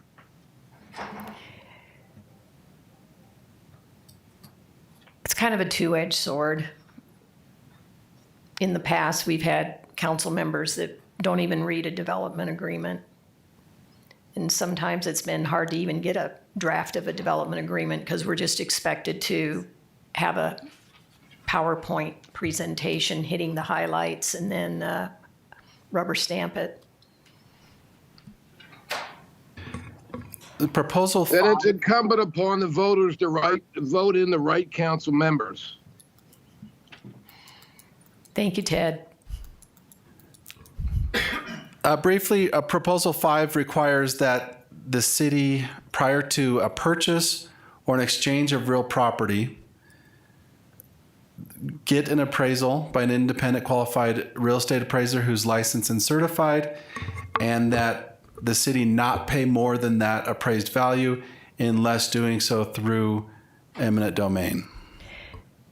Yeah, the purpose of this is to bring the city's purchases of real estate up to the same level of what the private sector does. You know, it's routine. You get an appraisal. If they don't like, the other side doesn't like it, they get theirs. And then if you don't like it, then you get a third one and have a meeting of the minds and negotiate.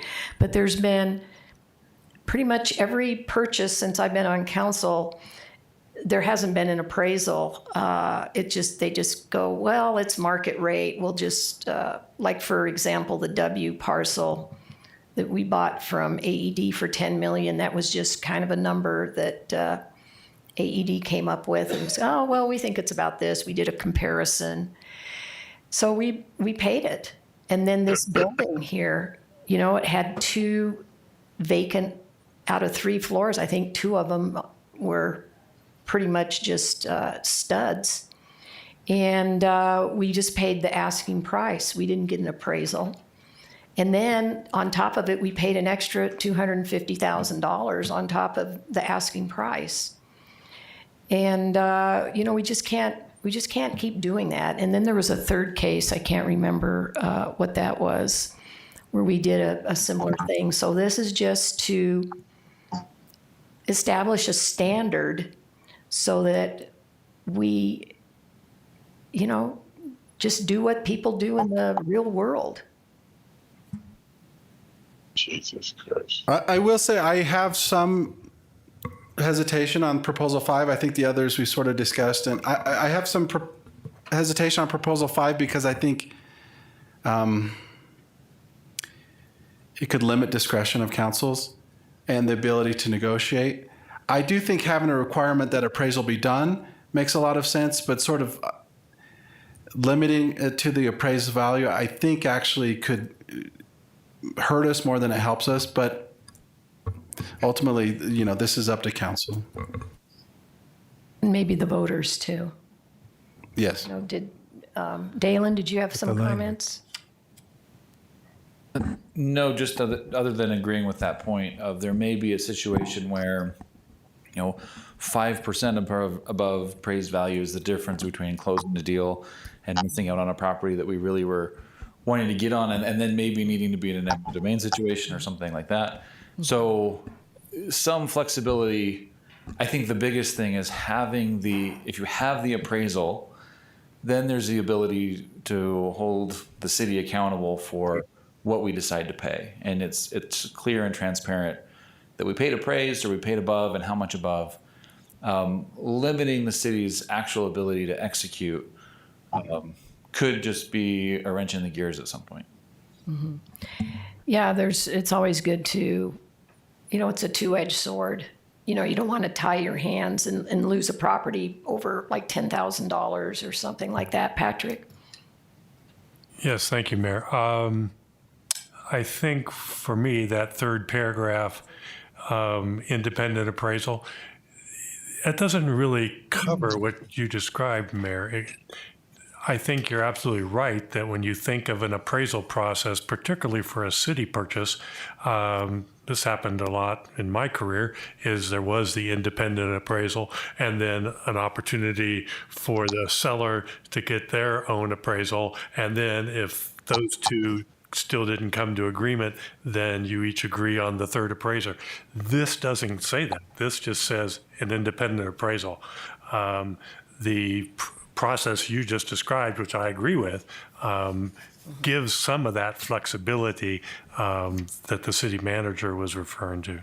Yeah, so I don't know. That's kind of to me, that's kind of a given, but we could put that in if you, excuse me, if you wanted to get that specific.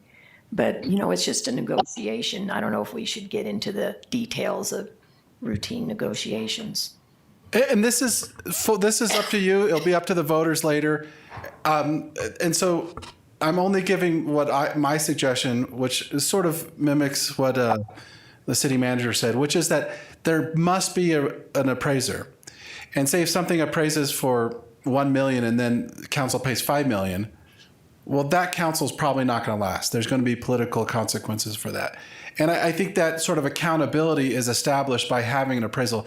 The real problem I see is with past, and none of us were here, I think, or at least most of us weren't here, but where there was not an appraisal done. And then it's hard to have accountability because you don't even know what the proper value is. So requiring an appraisal but allowing some flexibility with negotiations, I think makes a lot of sense because it could be in the best interest of the city to do so. So it sounds like we need to work on that one too. Yes, Jim? So Joe, does that paragraph eliminate the city's ability to negotiate a higher price for its own convenient reasons? If the city is selling it, it doesn't apply. But if the city is buying and we want to negotiate a higher price for some reason, yes, we wouldn't be able to do that. Yeah, I think the airport acquisition would be a good example. So I'm not all that in favor of limiting it to the appraised value. Didn't you say except in the case of eminent domain? That's what the current draft says. So what it would, I'll just bring up the property we discussed today as an example. It was appraised at 620. We'd be limited to the 620 offer. And you heard from the Stone Ciphers, but say they came back and said, hey, we'll sell it to you for 640. At this point, we'd be going forward to eminent domain with the way this is written. And I don't think that's in the best interest of anybody. And that's kind of where I think that requiring an appraisal makes a lot of sense. Limiting it to, and this sounds like it's probably not a very popular position to say, hey, let's pay more than appraised value. But I think ultimately the accountability rests in the voters. Having an appraisal sets, and having the appraisal be part of the public record establishes the accountability for, a council or city that pays more than that. And I think that voters are smart enough to say, well, yeah, we paid this much more than the appraised value, but it was for this good reason, or it's because it was part of negotiations. Whereas if you pay way higher and there's no explanation for that, I think the voters then change their mind on what they think about that council. And when we're selling city property, the buyers always ask for an appraisal. And So we pay, we sell at appraised price. I think we have to be careful about restricting ourselves. We're not going to be able to correct the mistakes of the past or prevent the mistakes of the future. So the tool of an appraisal is really useful, but saying what we have to do with it seems fraught with error. Lois? Yeah, I'm with the majority of what I'm hearing here across the board. I like everything on this except for paragraph 3. I would recommend we strike paragraph 3 and just get the appraisal and have it be part of the record, but not tie council's hands on future decisions and end up going to court where we could have just paid $3,000 or $5,000 more and avoided court. And from my perspective, just the legal perspective, I think striking the third paragraph, it weakens it in some ways, but I think that it establishes the public record and creates accountability. And I think that that is a good middle ground, personally. But like I said, this is council's decision. You said it's important to have paragraph 3, or we can, In my opinion, I would remove paragraph 3. okay, because it's important to have an off-ramp in these kind of things. Councilman Gambogi does have his hand up again, Mayor. Okay. Sorry to cut you off. Ted? I think what Lois and Joe have said is suffice for us to move on, just have that reworked. Again, you're trying to put language in the charter to make it absolutely perfect. And in the case that Joe mentioned about the airport, instead of going to litigation, we'd rather just pay a couple $1,000s more and be done with it. So to me, let's move on. Okay. So let's ask if there's any comments from the public. Don't have any comment cards, Mayor. Okay, thank you. So let's summarize what we've done here.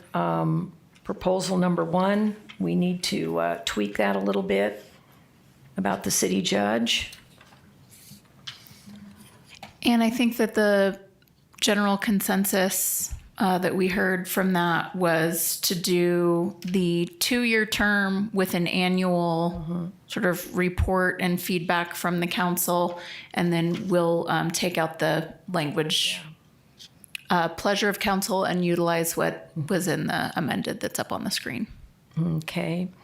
And then proposal 2 concerning development agreements.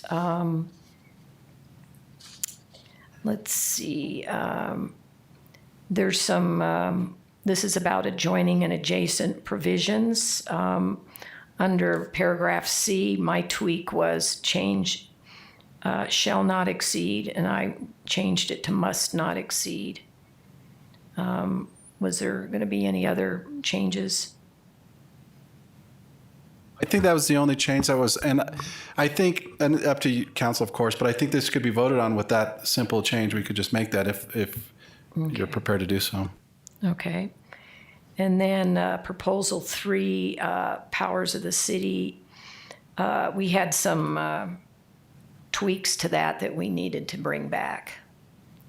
For example, the city shall have the power to require, strike that, and reword that. So I didn't have council consensus on that in the minutes here. I know it was mentioned by you, Mayor, but I didn't hear general consensus from the council to do that. If there is consensus from the council, of course, we certainly can. And then there was also discussion regarding specific definition, like wet utilities, easement, things of that nature. But again, not consensus there, just suggestion. So staff does need some direction and consensus from council on how they would like to proceed with proposal 3. I like the notwithstanding the foregoing paragraph. I think it's pretty clear. But like I said, I had an issue with the first sentence because it's exactly like what was in the charter, which which wasn't enforced. It was the shall language again, and must is a lot more definitive and clearer. So But then We talked spoke about how cost. that created some potential problems. Yeah. But I just would like to see shall and may not used anymore.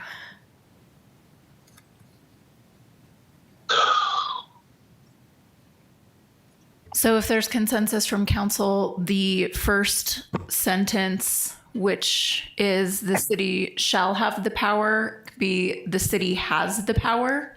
Just strike, the city shall have the power to require, and then begin the sentence with, all person, firms, or corporations must be responsible for new physical development within the city. And then, that reminds me, we were going to look up the definition of physical development. I think there were specific problems with that, though, in striking those first words, because of then it leaves new physical development undefined. Yeah, we were going to look at that. Yeah, I think that from my perspective, Proposal 1 is an easy change that we'll bring back and clear. Proposal 2, you could vote for as it stands with just a verbal modification from the shall to must. Proposal 4, I think, is good where it's at, and Proposal 5, we'd recommend removing paragraph 3. Proposal 3 is the one that I think we're sort of not very close, and maybe we Yes. need to bring back and discuss that one. Yes, I agree.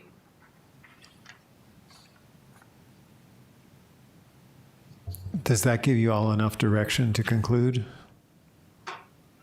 I guess the only thing would be, Joe, if you think that it's reasonable on 3 to have that by June 23rd, because if it's not, that item is not going to be on the November ballot, which is up to the council, but I just want to make that very clear. Yeah, I guess the first question is, do you want to vote on any of the other proposals? I think I think you we could. could vote on the adjoining and adjacent one. Changing So 3. Proposal 2, 4, and 5, I think you're at a place that you can vote from what the discussion I heard. And I just wanted to make sure, the shalls, there's 3 shalls, 1 in paragraph B and 2 in paragraph C. Are we changing all the shalls to wills?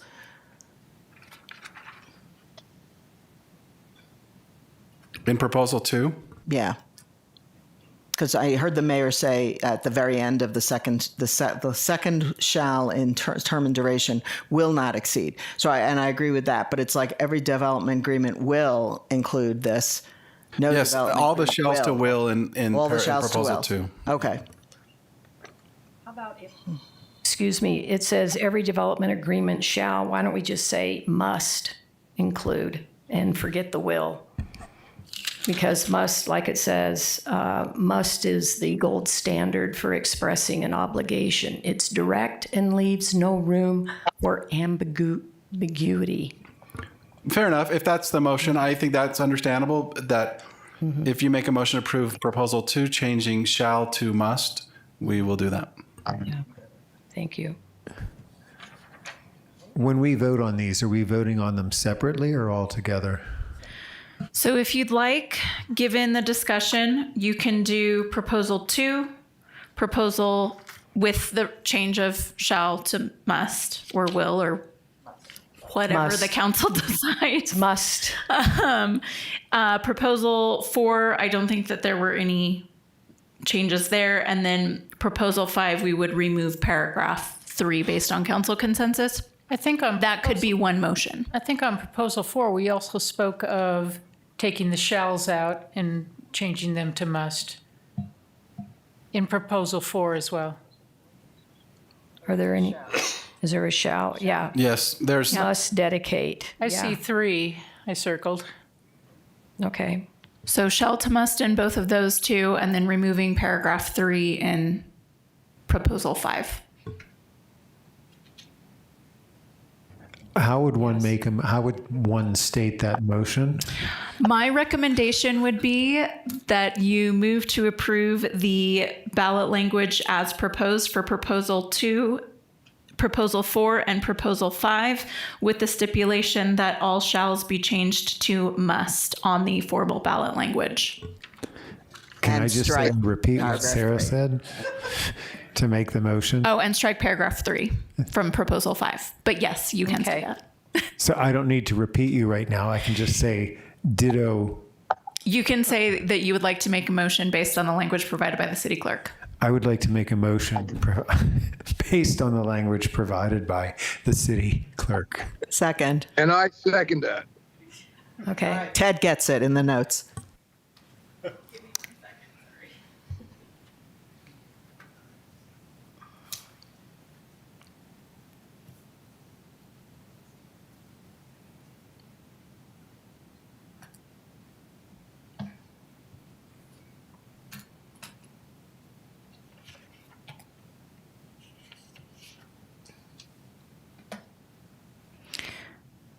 Mayor Pro Tem, I'm going to assume you're yes since you've made the motion. And then Councilwoman Frederickson, I need you to click it. Thank you so much. Okay, that motion passes 7-0. And I'd like to congratulate the council. This is a momentous shift in council policy, and I hope that everyone realizes that we are pivoting to do what's best for the people of Prescott instead of focusing on what's best for the developers. Mayor, Yes? I'm sorry, and this is for Sarah. The resolution, is that on hold until those other two proposals are reworked? No, so that resolution was previously adopted by the council, the one that was attached in the memo. I just put it in there as a reminder that the resolution was adopted, which set the special election for the city. So this will just be included with the previous propositions. And proposition numbers will be assigned once I know how many propositions for sure we're going to have. The county gives me those, and then that will all be included in the publicity pamphlet and all of that information. And as it stands now, proposal 1 and 3 are going to come back to us? Yes. Yeah, on the 23rd. Yep, on June 23rd in order to meet the deadline. Of course, if the council is still not comfortable with the language as presented, you do not have to approve it, and then it would just be on a future ballot, but not November 3rd. Thank you. I'd like to thank the Charter Review Committee for putting this work together. It was really formidable work. Yeah. Bonnie McMinn had an appointment or something, or else she would have been here. Thank you. Okay, any more comments? That's all we've got, Mayor. That was our last item. All right, this meeting is adjourned. Thank you.